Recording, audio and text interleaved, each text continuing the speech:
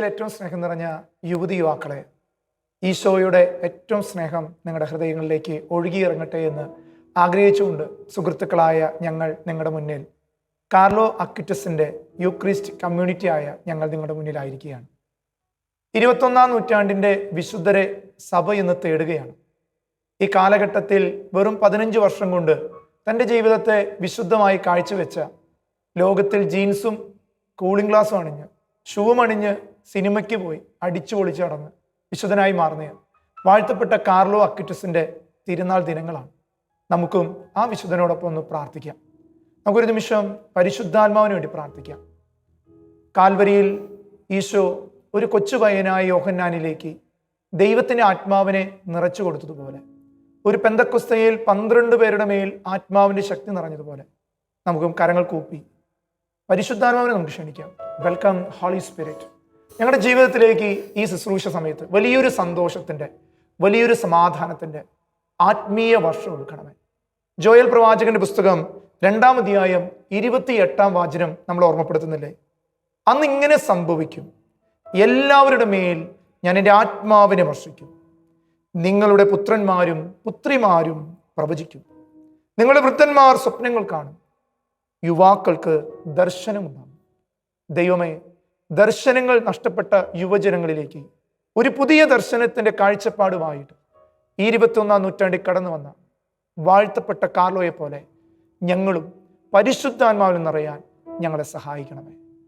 കരങ്ങൾ കുപ്പിയോ കരങ്ങൾ യാചനോപ്പുറം പിടിച്ച് ആത്മാവിന് വേണ്ടി നമുക്ക് ദാഹിക്കാം. പരിശുദ്ധാത്മാവേ, welcome Holy spirit.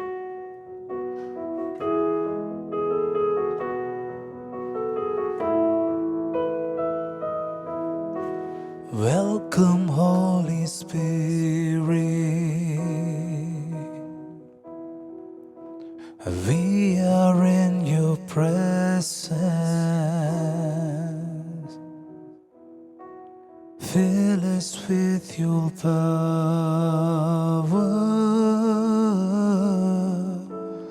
Live inside of me. ആഗ്രഹിച്ച് നമുക്ക് പ്രാർത്ഥിക്കാം. Welcome Holy Spirit. Welcome, Holy Spirit.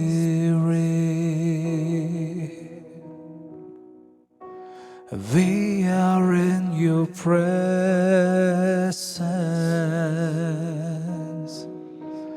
Fill us with your power, oh Lord. Live inside of me. We are the living water. ജീവജലത്തിന്റെ അരുവി ഒഴുക്കണ കർത്താവേ. You're the living water, never drying fountain,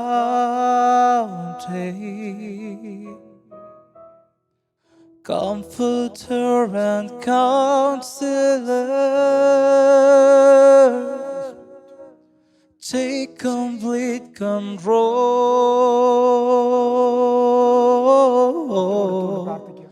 You're the living water, Give the power.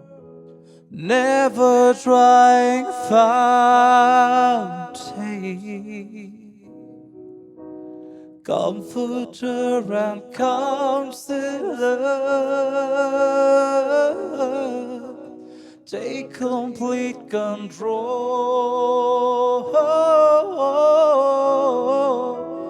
Welcome, Holy Spirit. We are in your presence.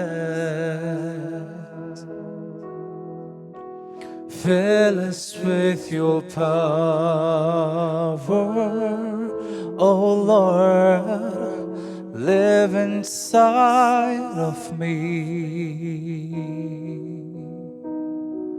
Holy Spirit, live inside of me. ആത്മാവേ, പരിശുദ്ധാത്മാവ് വന്ന് നിറയട്ടെ. എല്ലാ ശുശ്രൂഷകളുടെ മേലും, എല്ലാ കുഞ്ഞുങ്ങളുടെ മേലും, യുവജനങ്ങളുടെ മേലും ദൈവത്തിൻ്റെ ആത്മാവ് നിറയട്ടെ. അമേൻ. ഏറ്റവും സ്നേഹമുള്ളവരെ, വലിയ സന്തോഷത്തോടെ ഞാനും എൻ്റെ സുഹൃത്തുക്കളും നിങ്ങളുടെ മുന്നിൽ അല്പസമയം ദൈവം തൊട്ട അനുഭവങ്ങളെ സ്വന്തമാക്കിക്കൊണ്ട് നിങ്ങളുടെ മുന്നിലായിരിക്കുകയാണ്. വളരെ നമുക്ക് തീർച്ചയായിട്ടും ഒത്തിരി സന്തോഷമുള്ളതാണ് ഈ 21-ാം നൂറ്റാണ്ടിൽ ഈ സാഹചര്യങ്ങളെ മനസ്സിലാക്കി വിശുദ്ധരായി ജീവിച്ച വിശുദ്ധരുടെ കൂട്ടായ്മ. തീർച്ചയായിട്ടും ഞാൻ ചിന്തിക്കുകയാണ്, ഞാൻ 1986 ജനിച്ചൊരു വ്യക്തിയാണ്. എന്നാൽ 1991 ജനിച്ച ഈ കാർലോ അക്വിറ്റസിന് വിശുദ്ധനാകാൻ പറ്റിയെങ്കിൽ എൻ്റെ മുന്നിൽ ഒരു വെല്ലുവിളിയുണ്ട്. ഈ കാലഘട്ടത്തിൻ്റെ സുഖലോലുപതയിൽ ജനിച്ചിട്ടും വിശുദ്ധി എന്ന പുണ്യത്തെ സ്വന്തമാക്കാൻ പ്രണയിച്ച ഈ വിശുദ്ധൻ യേശുവിൻ്റെ സ്വന്തമായിരുന്നു. നമുക്കും യുവജനങ്ങളെ യേശുവിൻ്റെ സ്വന്തമാകാം. അതുകൊണ്ട് എൻ്റെ ഒപ്പമായിരിക്കുന്ന സുഹൃത്തുക്കളുമായിട്ട് നമ്മൾ കുറച്ചു നേരം സംസാരിക്കാം. ആദ്യമായിട്ട് നിങ്ങളുടെ മുന്നിൽ ഞാൻ പരിചയപ്പെടുന്നത് സംഗീതം എന്ന കല ദൈവം അധികമായി നൽകി സ്നേഹിക്കുന്ന ആൻസനെ കുറിച്ചാണ്. ചാലക്കുടിക്കാരനാണ്, തൃശ്ശൂരുകാരനാണ്. എന്നാൽ ഈ കാലഘട്ടങ്ങളിൽ ഒത്തിരി സംഗീതത്തിന് ജീവൻ കൊടുക്കാൻ ഈ മകൻ്റെ സ്വരത്തിനും കഴിവുകൾക്കും ദൈവം കൃപ കൊടുത്തു. ആൻസൺ ആൻ്റണി എന്നാണ് അറിയപ്പെടുക. ഒത്തിരി നല്ല ഗാനങ്ങൾ ഈ കാലഘട്ടത്തിൽ രചിച്ച വ്യക്തിയാണ്. അതുപോലെ തന്നെ നമുക്കറിയാം, പ്രശസ്തരായ ഗായകർ ഈ മകൻ്റെ പാട്ടുപാടാൻ ഈ കാലഘട്ടത്തിൽ ദൈവം കൃപ കൊടുത്തു. അതുപോലെ ഒത്തിരി ധ്യാനങ്ങളിൽ ഗാന ശുശ്രൂഷ നയിക്കാനുള്ള കൃപ കൊടുത്തു. അതുപോലെ വ്യത്യസ്ത കോളേജുകൾ, ക്യാമ്പസുകളിൽ ദൈവത്തെ കൊടുക്കാൻ, ദൈവത്തിൻ്റെ സ്നേഹം പങ്കുവയ്ക്കാൻ ഈ ത്രോട്ടിനെ ദൈവം ഉപയോഗിച്ചു. തീർച്ചയായിട്ടും സങ്കീർത്തനം പറയുന്നുണ്ട്, ദൈവത്തെ ആരാധിക്കുക എന്നത് ഒരു ദൈവ പൈതലിൻ്റെ ഏറ്റവും വലിയ അവകാശമാണ്. തീർച്ചയായിട്ടും ആൻസനെ കാണുമ്പോൾ എനിക്ക് വലിയ സന്തോഷമാണ്. ഞങ്ങൾ ഒരുമിച്ച് ഒത്തിരി ശുശ്രൂഷകൾ ചെയ്തിട്ടുണ്ട്, ഇനിയും ചെയ്യാനിരിക്കുന്നുണ്ട്. തീർച്ചയായിട്ടും ആൻസൻ്റെ മുന്നിൽ ഞാൻ നിൽക്കുമ്പോൾ ആൻസൺ ഈ കാലഘട്ടത്തിൽ ദൈവജനത്തിലേക്ക് അറിയപ്പെട്ടാൻ ഒരു കാരണമുണ്ട്. ഒരു പാട്ടിനെ അതിനെ കവർ ചെയ്ത് ഈ ലോകത്ത് അറിയിച്ചു എന്നുള്ളതാണ്. നമ്മളെല്ലാം കേട്ടിട്ടുള്ളൊരു മനോഹരമായ ഗാനമാണ്. നമുക്ക് ആ ഗാനത്തിൻ്റെ ഒരു 4 വരി ഒന്ന് പാടി.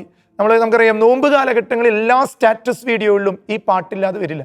നമുക്ക് 4 വരി ഒന്ന് കേൾക്കാം. ആ ഒരു ഗാനത്തിലൂടെ കുരിശിൻ്റെ മാറിക്കിടക്കുന്ന ക്രിസ്തുവിനെ ഒന്ന് കെട്ടിപ്പിടിച്ച് പുലുകാൻ നിങ്ങളെയും ഞങ്ങൾ ക്ഷണിക്കുകയാണ്. നമുക്ക് ആ ഗാനത്തിലൂടെ ഒന്ന് ഈശോയെ ഒന്ന് സ്വന്തമാക്കാൻ ആഗ്രഹിക്കാം.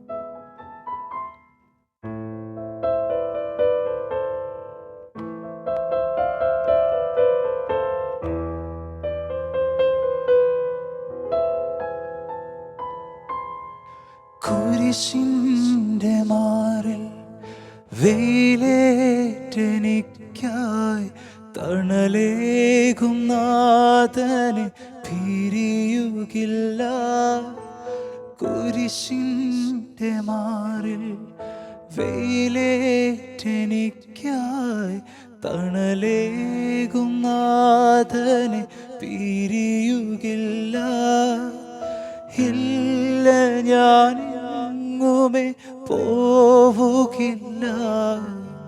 കുരിശിനരികിൽ നീ അകലുകില്ല.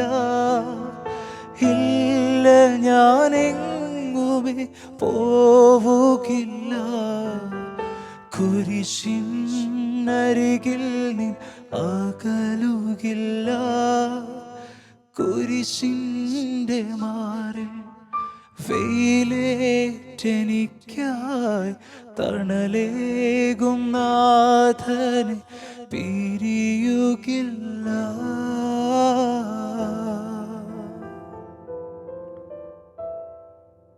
മനോഹരമായ ഗാനം. തീർച്ചയായിട്ടും ഇത് പാടുമ്പോൾ തീർച്ചയായിട്ടും ആൻസൻ്റെ ജീവിതത്തെക്കുറിച്ച് ചിന്തിക്കുകയാണ്. തീർച്ചയായിട്ടും ആൻസിന് വേണമെങ്കിൽ വേറെ ലെവലിലേക്കൊന്ന് പോവായിരുന്നു. അത് ഈശോയ്ക്ക് വേണ്ടി നിൽക്കുമ്പോൾ ചിലപ്പോഴൊക്കെ നമ്മൾ ചുറ്റുപാടുകൾ പറയും, നീ നല്ല കാലത്ത് എന്തിനൊക്കെ ചെയ്യണമെന്ന് ചോദിക്കും. കൂട്ടുകാരനെ ചോദിച്ചു വരും. ആൻസൻ്റെ ജീവിതത്തിൽ ഈശോ തന്നൊരു കഴിവിന് ഈശോയ്ക്ക് വേണ്ടി കൊടുത്തപ്പോൾ വ്യത്യസ്തമായ രീതിയിൽ ആൻസന് കുറേ കാര്യങ്ങൾ ചെയ്യാൻ പറ്റി. അപ്പം എൻ്റെ ചോദ്യം ഇതാണ്, ആൻസ, നമ്മൾ ഈ യൗവന കാലഘട്ടത്തിൽ ദൈവം നമുക്ക് ഒത്തിരി ടാലൻറ്റുകൾ തരുമ്പോൾ ഈശോയ്ക്ക് കൊടുക്കാൻ നമുക്ക് എന്തെങ്കിലും ഉണ്ടെങ്കിൽ അതിന് ഈശോ തരുന്ന ചില പ്രതിഫലങ്ങൾ ചിലപ്പോൾ സഹനങ്ങളുടെ രൂപത്തിൽ വന്നിട്ടും വലിയൊരു സന്തോഷം വരും. ആൻസൻ്റെ ജീവിതത്തിൽ അതൊക്കെയും തീർച്ചയായിട്ടും ആൻസനെ അഭിമുഖീകരിച്ചിട്ടുണ്ട്. അതിനെക്കുറിച്ച് ആൻസന് ഈ തലമുറയോട് പറയാനുള്ള ഒരു ആൻസൻ്റെ അനുഭവത്തിൽ നിന്ന് പറയാനുള്ള ഒരു കാര്യം ആണ് കേൾക്കാൻ ആദ്യമായിട്ട് ആഗ്രഹിക്കുന്നത്. Praise Lord. എന്തായാലും ഒത്തിരി സന്തോഷം. ശരിക്കും കാലഘട്ടത്തിൻ്റെ വിശുദ്ധനിലേക്കാണ്, വിശുദ്ധൻ്റെ ഒരു എന്താ പറയുക ദിവസങ്ങൾ, തിരുനാളുകൾ നമ്മൾ നടന്നുകൊണ്ടിരിക്കണം. എനിക്ക് തോന്നുന്നു അച്ഛൻ പറഞ്ഞത് ജനനം എന്ന് പറഞ്ഞ 1991. ശരിക്കും എൻ്റെയും ജനനം 1991. ഞാൻ ആലോചിക്കുകയാണ്, എൻ്റെ തൊട്ടരികിൽ നിൽക്കുമ്പോഴത്തിന് എങ്ങനെ എന്താ പറയുക വിശുദ്ധനായി നിൽക്കുന്നു. 91 ജനിച്ച വ്യക്തി വിശുദ്ധനാവാൻ കഷ്ടപ്പെടുന്നു എന്ന് പറയേണ്ടി വരും. എനിക്ക് തോന്നുന്നു അച്ഛൻ പറഞ്ഞ് ശരിയാണ്. എൻ്റെ ജീവിതത്തിൽ ഞാൻ ഇന്ന് ഇങ്ങനെ നിൽക്കുന്നുണ്ടെങ്കിൽ അതിനൊറ്റ കാരണമുള്ളൂ, തമ്പുരാൻ എനിക്ക് അച്ഛൻ പറഞ്ഞ ശരി സെയിം തന്നെയാണ്. സഹനങ്ങൾ തന്നിട്ടുണ്ട്, സഹനങ്ങളിലാണ് ഞാൻ എൻ്റെ ദൈവത്തെ കണ്ടിട്ടുള്ളൂ, ഒത്തിരി സന്തോഷങ്ങളിലല്ല. ഞാൻ പെട്ടെന്നൊരു ചെറിയൊരു ഇൻസിഡൻറ്റ് പറയാം. എൻ്റെ ജീവിതത്തിൽ ഞാൻ ഈശോനെ, അല്ലെങ്കിൽ എൻ്റെ ലൈഫിൽ തമ്പുരാനൊരു ഒരു എൻകൗണ്ടർ നടന്നൊരു സംഭവം. എനിക്ക് തോന്നുന്നു വർഷങ്ങൾ, ഇപ്പോൾ ഒരു 8 വർഷം അല്ലെങ്കിൽ 7 വർഷം മുൻപ് സഡൻലി എനിക്കൊരു പെട്ടെന്നൊരു ത്രോട്ട് പെയിൻ വന്നു. ത്രോട്ട് പെയിൻ വന്നിട്ട് ഞാൻ പഠിച്ചത് ഇന്റീരിയർ ആർക്കിടെക്റ്റ് ആണ്. പക്ഷെ ഞാൻ അതെല്ലാം ഉപേക്ഷിച്ച് മ്യൂസിക്കാണ് എൻ്റെ ലൈഫ് എന്ന് പറഞ്ഞ് ഞാൻ തിരിഞ്ഞൊരു സമയം ഉണ്ടായിരുന്നു. മ്യൂസിക്കാണ് എനിക്കെല്ലാം, മ്യൂസിക് ഇല്ലാതെ ജീവിക്കാൻ പറ്റില്ല എന്നുള്ളൊരു തീരുമാനം എടുത്ത സമയത്താണ് എനിക്ക് ത്രോട്ടിൽ ഒരു പെയിൻ വന്നു. പെയിൻ വന്നിട്ട് പെട്ടെന്ന് സഡൻലി എൻ്റെ ത്രോട്ട് അടഞ്ഞു, സൗണ്ട് ലോസായി. എനിക്ക് തോന്നുന്നു കുറേ ഹോസ്പിറ്റലും കുറേ ക്ലിനിക്കുകളൊക്കെ ഞാൻ കയറി ഇറങ്ങി അവിടെ നിന്നൊന്നും എനിക്കൊരു പോസിറ്റീവായിട്ടുള്ള റിപ്ലൈ ഒന്നും കിട്ടില്ല. ഞാൻ ഭയങ്കര, നമ്മൾ പറയില്ലേ, ഡിപ്രഷൻ മൂഡിലേക്ക് വന്നു. ഞാൻ ഏറ്റവും അധികം സ്നേഹിക്കുന്ന ഒരു സംഭവം എന്നിൽ നിന്ന് കൈവിട്ട് പോയപ്പോൾ എനിക്കുണ്ടായ ഒരു ഫീലിംഗ് ആണ്. എനിക്ക് തോന്നുന്നു അങ്ങനെ ഞാൻ ക്ലിനിക്ക് കയറി ഇറങ്ങിയിട്ട് ഞാൻ വീട്ടിൽ റൂമിൽ അടച്ചിരിക്കുന്നു, ഒരു ഒറ്റപ്പെട്ട അവസ്ഥ, എനിക്കിനി പാടാൻ പറ്റില്ല എന്നുള്ളൊരു ചിന്തയൊക്കെ വന്നിരിക്കുന്നു. അപ്പോഴാണ് ഞാൻ ഒരു ഫേമസ് ആയിട്ടുള്ള ഒരു ട്രിവാൻഡ്രത്ത് ഒരു ഫേമസ് ഹോസ്പിറ്റൽ, ഒരു മൾട്ടി സ്പെഷ്യാലിറ്റി ഹോസ്പിറ്റൽ, ഇന്നൊരു ഡോക്ടർ ഉണ്ട് ഞാൻ അറിയപ്പെട്ടു. ഞാൻ അവിടെ പോയി കഴിഞ്ഞിട്ട് അവരെനിക്ക് എൻഡോസ്കോപ്പിലേക്ക് മൂക്കിക്കൂടെ ഒരു ട്യൂബൊക്കെ ഇട്ട് ക്യാമറയൊക്കെ വെച്ച് കഴിഞ്ഞിട്ട് ആ ഡോക്ടറും കുറച്ച് ഡോക്ടേഴ്സൊക്കെ വന്ന് എന്നെ അവിടെ ഒരു ബെഡിൽ ഇരുത്തി കഴിഞ്ഞിട്ട് ഡോക്ടർ എൻ്റെ അടുത്ത് പറയാണ്, ആൻസറിന് ഇഷ്ടമുള്ളൊരു പാട്ട് പാടാൻ പറഞ്ഞു. പക്ഷെ എനിക്ക് എന്തോ തോന്നി, ആ സമയത്ത് ഞാൻ ആ ബെഡിൽ, ആ ഹോസ്പിറ്റൽ, ഇത്ര വലിയ ഹോസ്പിറ്റൽ, ഞാൻ അത്രയ്ക്കും എനിക്ക് സുപരിചിതമല്ലാത്ത ഹോസ്പിറ്റലിൽ ഞാൻ നിൽക്കുന്നു, ആൾക്കാരുടെ മുമ്പിൽ ഞാൻ ഒരു പാട്ട് പാടിയായിരുന്നു. ഞാനത് ഈ ഇൻസിഡൻറ്റ് പറഞ്ഞിട്ട് ഞാൻ പാടാം. ഞാനൊരു ഈശോ പാട്ടാണ് പാടിയത്. ഞാൻ അപ്പോഴും എൻ്റെ തമ്പുരാന് വേണ്ടിയിട്ടാണ് പാടിയത്. ഞാനൊരു ഈശോ പാട്ട് പാടി തുടങ്ങിയപ്പോഴത്തേനും എനിക്ക് ഭയങ്കര സ്ട്രെയിനായി, എനിക്ക് ഭയങ്കര പെയിൻ വന്നു. നിർത്തിയപ്പോൾ ഡോക്ടറോട് നിർത്തിക്കോളാൻ പറഞ്ഞു. അത് ഡോക്ടറിൻ്റെ അടുത്ത് അതിൻ്റെ റീസൺ പറഞ്ഞു. ഞാൻ ഒരുപാട് സ്ഥലത്ത് പോയി കഴിഞ്ഞിട്ടും അറിയാത്ത റീസൺ എൻ്റെ ഡോക്ടർ പറയാണ്, ആൻസൻ്റെ റൈറ്റ് സൈഡ് വോക്കൽ കോഡിനെ സപ്പോർട്ട് ചെയ്യുന്ന മസിൽസ് എല്ലാം പാരലൈസ്ഡ് ആയിപ്പോയി. ഒരു 98% ഡെഡാണ്. അപ്പോൾ അത് ഓൾമോസ്റ്റ് ഒരു ഡെഡാണ്. അതുകൊണ്ട് നമുക്കറിയാം വോക്കൽ കോഡിന് മൂവ് ചെയ്യാനുള്ള സ്ട്രെങ്ത് ആൻസൻ്റെ മസിൽസിന് ഇല്ല എന്ന് പറഞ്ഞു.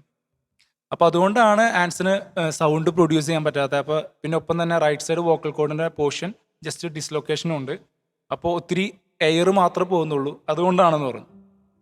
ഞാൻ അത് കേട്ടപ്പോഴും എനിക്ക് തോന്നുന്നു ഒത്തിരി ഞാൻ സങ്കടപ്പെട്ട് തിരികെ ഞാൻ വീട്ടിലെത്തി കഴിഞ്ഞ് ഞാൻ എന്താ പറയുക, ആദ്യം ഈശോയോട് പ്രാർത്ഥിക്കുമെന്നല്ല ചെയ്തത്, ഞാൻ പരാതിക്കാരനായിരുന്നു. തമ്പുരാൻ്റെ അടുത്ത് പരാതി പറഞ്ഞു, നീ എന്താണ് കാണിച്ചത്, നിനക്ക് വേണ്ടി ഞാൻ പാടിയില്ലേ എന്നൊക്കെ ഭയങ്കര പരാതിയൊക്കെ പറഞ്ഞ് ഞാൻ അന്ന് രാത്രി പരാതി പറഞ്ഞ് ഞാൻ കിടന്നു. ഞാൻ ചിന്തിച്ച് ഈ പരാതി കേട്ടാൽ ദൈവനെ അനുഗ്രഹിക്കുന്നതായിരുന്നു എൻ്റെ വലിയ പ്രതീക്ഷ. ഞാൻ രാത്രി കിടന്നു, കുറേയൊന്നുമില്ല, ആ പരാതികളൊക്കെ പറഞ്ഞ് കിടന്ന് പിറ്റേ ദിവസം രാവിലെ ഞാൻ എഴുന്നേറ്റ് നോക്കി വലിയ മിറാക്കിൾ സംഭവിച്ചിട്ടുണ്ടായിരിക്കും എന്ന് വിശ്വസിച്ചു. പക്ഷേ ഒന്നും നടന്നിട്ടുണ്ടായില്ല, പഴയതിനേക്കാൾ സിറ്റുവേഷൻ വേഴ്സ്റ്റായി. അപ്പം എൻ്റെ ഉള്ളിലുള്ള സാധാ പച്ച മനുഷ്യൻ പുറത്തേക്ക് വരാണ്. ഞാൻ തമ്പുരാന് കുറ്റം പറഞ്ഞു തുടങ്ങി. ഞാൻ ഒത്തിരി ഷൗട്ട് ചെയ്തു. ഞാൻ ഈശോയോട് പറഞ്ഞു, നീ ശരിക്കും ദൈവമാണോ? സാധാ ഇന്നത്തെ യുവജനങ്ങളിൽ പലപ്പോഴും ചെറിയൊരു സഹനം ഉണ്ടായിക്കഴിഞ്ഞാൽ, വേദന ഉണ്ടായിക്കഴിഞ്ഞാൽ നമ്മൾ ഞാനും സാധാ ഒരു മനുഷ്യനായതുകൊണ്ട് ഞാൻ പറഞ്ഞു, നീ എന്ത് ദൈവമാണ്, ശരിക്കും ഉണ്ടാ, ആൾക്കാർ കെട്ടിച്ചമച്ച കഥയല്ലേ എന്നൊക്കെ പറഞ്ഞ് ഞാൻ കുറേ ഷൗട്ട് ചെയ്തു. പക്ഷെ എൻ്റെ ഉള്ളിലൊരു വിഷമമുണ്ട്. ഇതൊക്കെ പറയുമ്പോൾ എൻ്റെ ഉള്ളിലെ സങ്കടവും ചെറിയൊരു പ്രത്യാശ, ഇതൊക്കെ കേട്ടെങ്കിലും നടന്നാലോ എന്നുള്ളൊരു പ്രതീക്ഷ. അങ്ങനെ ആ രാത്രി ഞാൻ കിടന്നു കഴിഞ്ഞ് വീണ്ടും ഞാൻ പിറ്റേ ദിവസം രാവിലെ എഴുന്നേറ്റു. എൻ്റെ പ്രതീക്ഷ എന്താണ്, വലിയ മിറാക്കിൾ സംഭവിച്ചു എന്നാണ്. ഞാൻ വളരെ ആകാംക്ഷയോടെ ഞാൻ രാവിലെ എഴുന്നേറ്റ് നോക്കി കഴിഞ്ഞപ്പോഴും ഒരു മാറ്റവും ഇല്ല. പഴയതിനേക്കാൾ മോശമായിട്ട് സൗണ്ടൊക്കെ മാറി തുടങ്ങി. അന്ന് തന്നെ ആ ദിവസം മുഴുവൻ എന്നെ ചിന്തിപ്പിച്ചത് ഒരു കാര്യമാണ്, ഞാൻ മനുഷ്യരെ കൊണ്ട് കുറേ നോക്കി, ഒന്നും നടന്നില്ല. ഞാൻ ദൈവത്തെ കുറേ പഴിച്ചുപോയി. ശരിക്കും ഈ പാട്ടിൽ, ഈ കുരിശന്മാർ എന്ന് പറഞ്ഞ പാട്ടിനകത്ത് ഏറ്റവും ഇഷ്ടപ്പെട്ട വഴി ഇതാണ്, ഒരു വരികളാണ്, ദുരിതങ്ങൾ മാത്രമാണെന്ന് ദൈവത്തെ പഴി പറഞ്ഞു. എനിക്ക് ഒത്തിരി എന്നെ ഹേർട്ട് ചെയ്ത, ശരിക്കും ആ പാട്ട് അങ്ങനെ പാടിയതുകൊണ്ടായിരിക്കാം ഇങ്ങനെ ഒത്തിരി ആൾക്കാരിലേക്ക് അത് എത്താൻ പറ്റും. അങ്ങനെ ഞാൻ ആ ദിവസം മുഴുവൻ നിന്ന് സംസാരിക്കാൻ വെച്ചാൽ ദൈവവുമായിട്ടുള്ള ഒരു മൽപ്പിടുത്തമായിരുന്നു. പക്ഷെ എൻ്റെ ഉള്ളിൽ അവസാനത്തെ ഒരു പ്രേരണയായിരുന്നു, ആൻസാ നീയായിട്ട് എൻ്റെ അടുത്ത് ചോദിക്ക്. പിന്നെ എനിക്ക് മനസ്സിലായി, ഞാൻ സാധാ എല്ലാം പറഞ്ഞിട്ട് ഈശോയോട് പറഞ്ഞു, ഈശോയെ ഞാനൊന്നുമല്ല, ഞാൻ വട്ടപ്പൂജ, സാധാ ഒരു മനുഷ്യൻ, പുൽക്കൊടിക്ക് തുല്യനായവൻ. ഞാൻ തമ്പുരാൻ്റെ അടുത്ത് ഒറ്റ പ്രാർത്ഥന, ഞാൻ വലിയ പ്രാർത്ഥനയൊന്നും നടത്തിയില്ല. ഞാൻ ഈശോയോട് പറഞ്ഞു, ഈശോയെ നിനക്ക് എന്നെ കൊണ്ട് എന്തെങ്കിലും ആവശ്യമുണ്ടെങ്കിൽ, ഞാൻ അങ്ങനെ പറഞ്ഞു, നിനക്ക് എന്നെ കൊണ്ട് എന്തെങ്കിലും ഒരു ആവശ്യമുണ്ടെങ്കിൽ നീ സൗഖ്യപ്പെടുത്തണം. അത് കഴിഞ്ഞിട്ട് എനിക്ക് തോന്നുന്നു എനിക്ക് 8ാം വർഷമാണ്. 8 വർഷമായിട്ട് എൻ്റെ ജീവിതത്തിൽ ഇന്നേ വരെ എൻ്റെ ഈ ത്രോട്ടിന് ഒരു കുഴപ്പവും പറ്റിയിട്ടില്ല. 1 മാസം കഴിയുമ്പോൾ റിവ്യൂവിന് ചെല്ലണം എന്നാണ് ഡോക്ടർ പറഞ്ഞത്. ലെഫ്റ്റ് സൈഡിലേക്ക് അത് സ്പ്രെഡ് ആവണമെന്നുണ്ടെങ്കിൽ നമുക്ക് സർജറി മൂവ് ചെയ്യാം. അങ്ങനെയൊക്കെ പറഞ്ഞിട്ടാണ് ഡോക്ടർ വിട്ടത്. പക്ഷെ ഞാൻ ഒരിക്കലും പിന്നെ ഹോസ്പിറ്റലിലും പോയിട്ടില്ല, ഞാൻ അതിനെ ചിന്തിച്ചിട്ടില്ല. ഇന്നേക്ക് ഒരു 8 വർഷമായി ഉണ്ടാവും. ഞാനിപ്പോൾ അത് കാരണമാണ് ഇന്ന് നിങ്ങളുടെ മുൻപിൽ അല്ലെങ്കിൽ നമ്മൾ ഒരുമിച്ചായിരിക്കാനായിട്ട് തിരഞ്ഞെടുക്കപ്പെട്ടതെന്ന് ഞാൻ വിശ്വസിക്കുന്നു. ആൻസർ ഞാൻ ഒന്നുകൂടി ഒന്ന് കൂട്ടിച്ചേർക്കാണ്. ഈ പെനുവേൽ അനുഭവം ഇതുപോലെയാണ്.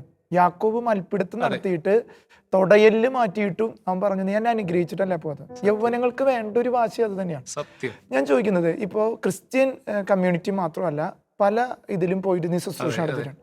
നമ്മളെപ്പോഴും ഇങ്ങനെ പാട്ടുകൾ പാടുമ്പോൾ കുഞ്ഞുങ്ങൾ ചോദിക്കുന്ന ഒരു കാര്യമുണ്ട്, ചേട്ടാ ഇങ്ങനെ പാടുമ്പോൾ അറിയാത്തൊരു സ്നേഹം എന്നെ പൊതിയുന്നുണ്ട്. അങ്ങനെ എപ്പോഴെങ്കിലും ഇപ്പം നീ വിദേശത്ത് പോയിട്ടുണ്ട്, എല്ലാത്തരം കമ്മ്യൂണിറ്റികളിലും പോയിട്ടുണ്ട്, പ്രത്യേകിച്ച് സെൻറ്റ് തെരേസസ് കോളേജ്, പലതരം കോളേജുകൾ ഡിഫറെൻറ്റ് കമ്മ്യൂണിറ്റിന് മുന്നിൽ ഈശോയെ കൊടുക്കുമ്പോൾ, ദൈവത്തെ കൊടുക്കുമ്പോൾ ശരിക്കും നമുക്കൊരു ഭയമുണ്ട്, കൊടുത്താൽ എങ്ങനെ ഇരിക്കും ദൈവത്തെക്കുറിച്ച് പറയുമ്പോൾ. തീർച്ചയായിട്ടും ഇത് സ്വീകരിക്കുന്ന ഒരു ജനമുണ്ട്. അങ്ങനത്തെ എന്തെങ്കിലും ഒരു എക്സ്പീരിയൻസ് എനിക്ക് തോന്നുന്നു. ഞാൻ ശുശ്രൂഷ ജീവിതം തുടങ്ങിയിട്ട് എൻ്റെ 14 വർഷമായി.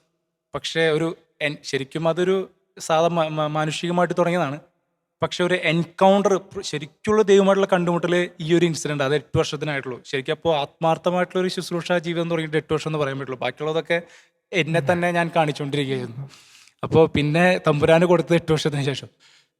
ഇന്നലെ വരെ ഞാൻ പ്രോഗ്രാമിന് ഒരു സ്കൂളിനകത്തായിരുന്നു പ്രോഗ്രാമിന്. ഞാൻ നോൺ ക്രിസ്ത്യൻസിൻ്റെ അടുത്തായിരുന്നു ഞാൻ പ്രോഗ്രാമിന്. ഇന്നലെ വരെ ഞാൻ അച്ഛൻ ചോദിച്ച കാര്യത്തിലുള്ള അനുഭവം ഞാൻ അനുഭവിച്ചിട്ട് പറയാണ്.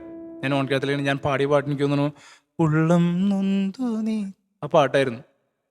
അതിനകത്തൊരു ഒരു പോർഷനാണ് എൻ്റെ കുഞ്ഞേ പൊന്നോമലേ നിന്റെ ദൈവം ഞാനല്ലയോ. നമുക്ക് നോൺ ക്രിസ്ത്യൻസിൻ്റെ അടുത്ത്, കാത്തലിക്സിൻ്റെ അടുത്ത് നമുക്ക് അങ്ങനെ പറയാൻ പറ്റുള്ളൂ. അങ്ങനെ പാടി ആ പാട്ട് കഴിഞ്ഞ് ബ്രേക്കിന് ഞാൻ പുറത്തിറങ്ങിയപ്പോഴത്തേക്ക് എന്നെ ഒരു പറ്റം സ്കൂൾ പിള്ളേർ കാത്തു നിൽക്കുക, ചേട്ടാ ആ പാട്ട് ഏതാന്ന് ചോദിച്ചിട്ട്.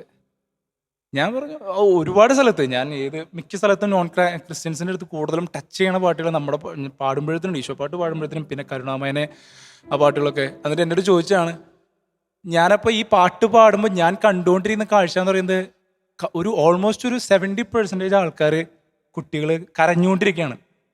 അവരെ ഇമോഷണലി അവർ ഭയങ്കര ബ്രേക്കായി, ഇമോഷണലി അവർ മറ്റെന്താ പറയുക, സത്യം പറഞ്ഞാൽ അവർ കരഞ്ഞുകൊണ്ടിരിക്കുന്നത്. അപ്പം ഞാനിങ്ങനെ ചിന്തിക്കുന്നത് എന്താ, പ്രാർത്ഥിച്ച് അതൊന്നുമല്ല, പക്ഷെ ഇവരെ ടച്ച് ചെയ്യണത് ഈ പാട്ട് പാടിയതുകൊണ്ടും പാട്ടിൻ്റെ ഇതുകൊണ്ടല്ല, ദൈവത്തെ അവർക്ക് അനുഭവിക്കാൻ പറ്റുന്നുണ്ടെന്ന്. Presence of God, yes, really അവർ എക്സ്പീരിയൻസ് ചെയ്യാണ്. അപ്പം ഞാൻ ചിന്തിക്കുന്നത് ഞാനൊന്നുമല്ല, എൻ്റെ മാക്സിമം ഞാൻ ട്രൈ ചെയ്തിട്ടൊന്നും നടക്കാത്ത തമ്പുരാൻ എന്നിലേക്ക് ഫിക്സ് ചെയ്തപ്പോൾ ഞാൻ സംസാരിക്കുന്ന വോയിസ് പോലും എന്താ പറയുക ദൈവത്തിൻ്റെ സ്വരമാണ്. അപ്പോൾ ഞാൻ എപ്പോഴൊക്കെ ദൈവത്തിന് വേണ്ടി അല്ലെങ്കിൽ ഈശോയ്ക്ക് വേണ്ടി ശുശ്രൂഷ ചെയ്യുന്നുവോ ആ സമയത്തൊക്കെ ഈശോയുടെ സ്വരമാണ് എന്നിലൂടെ പോകുന്നത്. അത് അവരെ ടച്ച് ചെയ്യുന്നുണ്ട്. ഒരിക്കലും അതിൻ്റെ മഹിമ എനിക്ക് എടുക്കാൻ പറ്റത്തില്ല.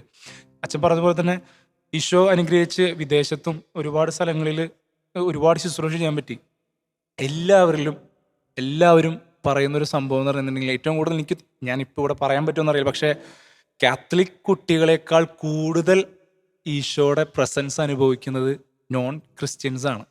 ഇന്നലെ കാത്തലിക് കുട്ടികളെക്കാൾ കൂടുതൽ അഭിപ്രായങ്ങളും കൂടുതൽ കരഞ്ഞ് പ്രാർത്ഥിച്ച് ഫീൽ ചെയ്തത് ദൈവത്തിന്റെ ഇത് ഫീൽ ചെയ്ത് ബൈബിളിൽ നോക്കുകയാണെങ്കിൽ കാണാം. ഈ വിജാതിയവര് കർത്താവിന്റെ അടുത്ത് വരുമ്പോഴും ദൈവം ഒരു പ്രത്യേകം കൺസെൻട്രേറ്റ് ചെയ്യുന്നുണ്ട്, അവരെ പ്രത്യേകം ശ്രദ്ധിച്ച് അവരെ സ്നേഹിക്കുന്നുണ്ട്. തീർച്ചയായും എല്ലാവരുടെയും ദൈവം സ്നേഹമാണ്, നമുക്ക് തിരിച്ചറിയാലോ. അപ്പോൾ തീർച്ചയായും അപ്പോൾ അൻസനോട് എങ്ങനെയെങ്കിലും ഒരു ശുശ്രൂഷ സമയത്ത് ഏതെങ്കിലും ഒരു പാട്ട് ഈ കുട്ടികൾക്ക് വേണ്ടി ചെയ്തപ്പോൾ അത് ഒത്തിരി അവരെ സ്പർശിച്ച എന്തെങ്കിലും രണ്ടുപേരും? എനിക്ക് തോന്നുന്നു ഞാനും കൂട്ടുകാരും കൂട്ടിയിട്ട് ചെയ്തൊരു പാട്ടാണ്. ഒരുപാട് പിന്നെ ഏഞ്ചൽസ് എന്ന് പറഞ്ഞ പാട്ട് സ്വന്തമായിട്ടൊക്കെ ചെയ്തിട്ടുണ്ട്. എനിക്ക് തോന്നുന്നു യൂത്തിൻ്റെ ഇടയിൽ അല്ലെങ്കിൽ കുട്ടികളുടെ ഇടയിലൊക്കെ നമ്മൾ നിൽക്കുമ്പോഴത്തേനും അവരുടെ ട്രെൻഡാണ്. നമ്മളിപ്പോൾ ഒരു എന്താ പറയുക പഴയ രീതിനകത്ത് കാര്യങ്ങൾ ഓർത്ത് അവരതിനെ തള്ളിക്കളയും. പക്ഷേ ഇപ്പോഴത്തെ ട്രെൻഡ് അനുസരിച്ച് അല്ലെങ്കിൽ അവർക്ക് ഏറ്റവും ഇഷ്ടപ്പെടുന്ന രീതിയിൽ നമ്മൾ കൊടുത്തു കഴിഞ്ഞാൽ, അപ്പം അങ്ങനെ എനിക്ക് തോന്നുന്നു ഓൾമോസ്റ്റ് കേരളത്തിൽ അല്ലെങ്കിൽ ഇന്ത്യയിൽ അല്ലെങ്കിൽ വേൾഡിൽ തന്നെ ആ പാട്ട് ഇപ്പോൾ ഹിറ്റായിക്കോട്ടെ. ഞാൻ എവിടെ പോയി ഏത് പ്രോഗ്രാം ഒരു വഞ്ചിപ്പാട്ടിന്റെ ട്യൂണിൽ ഞങ്ങൾ ചെയ്തൊരു പാട്ടാണ്. അത് എവിടെ പോയാലും ആരടുത്ത് ചോദിച്ചാലും ആ ഒരു ക്രൗഡിനകത്ത് ഇത് കേട്ടവരുണ്ടാവും. ആ പാട്ടിന്റെ ഒരു ഫസ്റ്റ് കോറസ് എങ്ങനെയാണ്, തിത്തൈ തക തക തക തെയ്തോം തിത്തൈ തക തക തക തെയ്തോം തിത്തൈ തക തക തക തെയ്തോം തിത്തി താരാ തെയ്തോം, അങ്ങനെ പറഞ്ഞിട്ടൊരു പാട്ടാണ്. God loves me and I love you and that's the way it should be. തക തക തക തെയ്തോം. അതൊരു യൂത്ത് ഭയങ്കരമായിട്ട് തീർച്ചയായിട്ടും ഞാനും ഒരു കോളേജ് ക്യാമ്പസിൽ നീ ഇത് പാടുന്ന സമയത്ത് ആ പിള്ളേരിൽ എല്ലാവരിലേക്കും ആ ദൈവസ്നേഹത്തിന്റെ കൃപ കൊള്ളുന്നു. തീർച്ചയായിട്ടും ഇനിയും അനേക അവസരങ്ങളിലേക്ക് ഒഴുകട്ടെ, നമുക്ക് ഇനിയും വരാം. തീർച്ചയായിട്ടും ആൻസം പറഞ്ഞൊരു കാര്യത്തെ കാർലോ അക്വിറ്റസുമായിട്ട് ഞാൻ കൂട്ടിച്ചേർക്കാണ്. കാർലോ അക്വിറ്റസിന്റെ ജീവിതത്തിൽ ഇതുപോലെയായിരുന്നു. ഒരിക്കലെ കാർലോ അക്വിറ്റസ് സ്കൂളിൽ പോകുന്ന സമയത്ത് കാർലോ പറഞ്ഞൊരു വാചകമുണ്ട്. അവിടുത്തെ വാച്ച്മാൻ പോലത്തെ ഒരു ചാനോട് ഗുഡ് മോർണിംഗ് പറഞ്ഞു. ആ പറഞ്ഞ മനുഷ്യൻ ചിരിച്ച് അത് കഴിഞ്ഞപ്പോൾ ഈ പയ്യനെ എന്നും കാത്തു വെക്കും, അവൻ മാത്രമേ പറയണുള്ളൂ ആ സ്കൂളിൽ ഗുഡ് മോർണിംഗ് ചേട്ടാ എന്ന് പറയും. ആ മനുഷ്യൻ ഈ വിശുദ്ധം മരിച്ചു കഴിഞ്ഞിട്ട് ആ മനുഷ്യൻ പറഞ്ഞു, ഞാൻ കണ്ടത് ദൈവത്തെയാണ്. അവൻ്റെ പ്രസൻസ് ഓഫ് മൈൻഡിൽ അവൻ ചെയ്ത ആ സ്നേഹം എനിക്ക് കിട്ടിയ വലിയ സന്തോഷമാണ്. തീർച്ചയായിട്ടും നമുക്കും യുവജനങ്ങൾക്ക് ഈ കാലഘട്ടത്തിൽ ഒരു നല്ല ഗുഡ് മോർണിംഗ് ഈ ലോകത്ത് ആരോടെങ്കിലും ഒന്ന് പറയാൻ പറ്റുക, ചിരിച്ചുകൊണ്ട് പറയാൻ പറ്റുക, അതൊരു വലിയ കൃപയായിരിക്കും. ഈശോ നമ്മളെ സ്നേഹിക്കുമ്പോൾ വലിയൊരു പ്രത്യേകതയുണ്ട് മക്കളെ. അതിൻ്റെ പ്രത്യേകത ചില സമയങ്ങളിൽ ജീവിതത്തിൽ ചില പ്രതിസന്ധികളും സഹനങ്ങളും ഉണ്ടാവും. ഞാൻ കാർലോയുടെ ജീവിതത്തിൽ നോക്കുമ്പോൾ ലുക്കേമിയ എന്ന അതിതീവ്രമായ ക്യാൻസർ രോഗം വന്നപ്പോഴും ആ മകൻ്റെ മുഖത്തൊരു പുഞ്ചിരി ഉണ്ടായിരുന്നു. എല്ലാവരും കാണുമ്പോൾ ചിരിക്കാനും എല്ലാവരും സ്നേഹിക്കാനും.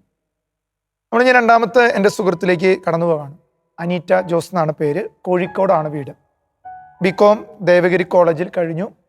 പിന്നീട് ഇപ്പോൾ CA വേണ്ടി ഒരുങ്ങിക്കൊണ്ടിരിക്കുന്നു, അതിൻ്റെ പഠനങ്ങളിലാണ്. അനീറ്റയെ ഞാൻ കാണുന്നത് ഒരു ധ്യാന സാഹചര്യത്തിൽ വെച്ചിട്ടാണ്. അനീറ്റയുടെ ജീവിതത്തിൽ ഒത്തിരി സഹനങ്ങളൊക്കെയും കടന്നു വന്നിട്ടുണ്ട്. അതിനേക്കും ജീവിതം കൊണ്ട് തന്നെ ദൈവം നേരിടാൻ കൃപ തന്നിട്ടുണ്ട്. പ്രത്യേകിച്ച് അനീറ്റ ഈ കാലഘട്ടത്തിൽ ഒരു ചെറിയ ശുശ്രൂഷ ചെയ്യുന്നുണ്ട്. ദൈവവചനം എടുത്തിട്ട് അത് നല്ല കളർഫുള്ളായിട്ട് നല്ല വചനങ്ങളിലെ ഫോട്ടോസൊക്കെ വെച്ച് ഈ കാലഘട്ടത്തിൽ ചെയ്യാവുന്ന ഏറ്റവും നല്ലൊരു ശുശ്രൂഷ മോൾക്ക് പറ്റാവുന്ന രീതിയിൽ അനേകരിലേക്ക് എത്തിക്കുന്നുണ്ട്. തീർച്ചയായിട്ടും അങ്ങനെ ഒരു കാര്യം ചെയ്യുമ്പോൾ ഞാൻ ചിന്തിക്കുകയാണ്, കഴിഞ്ഞ ദിവസങ്ങളിൽ മോളിലിട്ടൊരു പോസ്റ്റിൻ്റെ അടിയിൽ എനിക്ക് വന്നൊരു കമൻറ്റ്. ആ കമൻറ്റ് ഇങ്ങനെയായിരുന്നു, അച്ഛാ ഈ പോസ്റ്റ് വളരെ മനോഹരമായിട്ടുണ്ട്. ആ പോസ്റ്ററിൻ്റെ ചിത്രം ഇങ്ങനെയാണ്, ഒരു കുഞ്ഞാട് അങ്ങനെ നനഞ്ഞു നിൽക്കുന്നു, അതിനോടേക്ക് ഒരു ചെന്നായി പിടിക്കാൻ വരുന്നു, പുറകിൽ ഈശോ ആ ചെന്നായി ഓടിക്കാൻ വരുന്നു. ആ വചനം കൃത്യമായിട്ട് നമുക്ക് ഇരയ്ക്ക് വേണ്ടി പതിയിരിക്കുന്നു. തീർച്ചയായിട്ടും അത് ഒത്തിരി പേരിലേക്ക് എത്തിയിട്ടുണ്ട്. അത് ആ ചിത്രം അതിനെ ആ വചനത്തോട് ബന്ധപ്പെടുത്തിയെടുത്തു.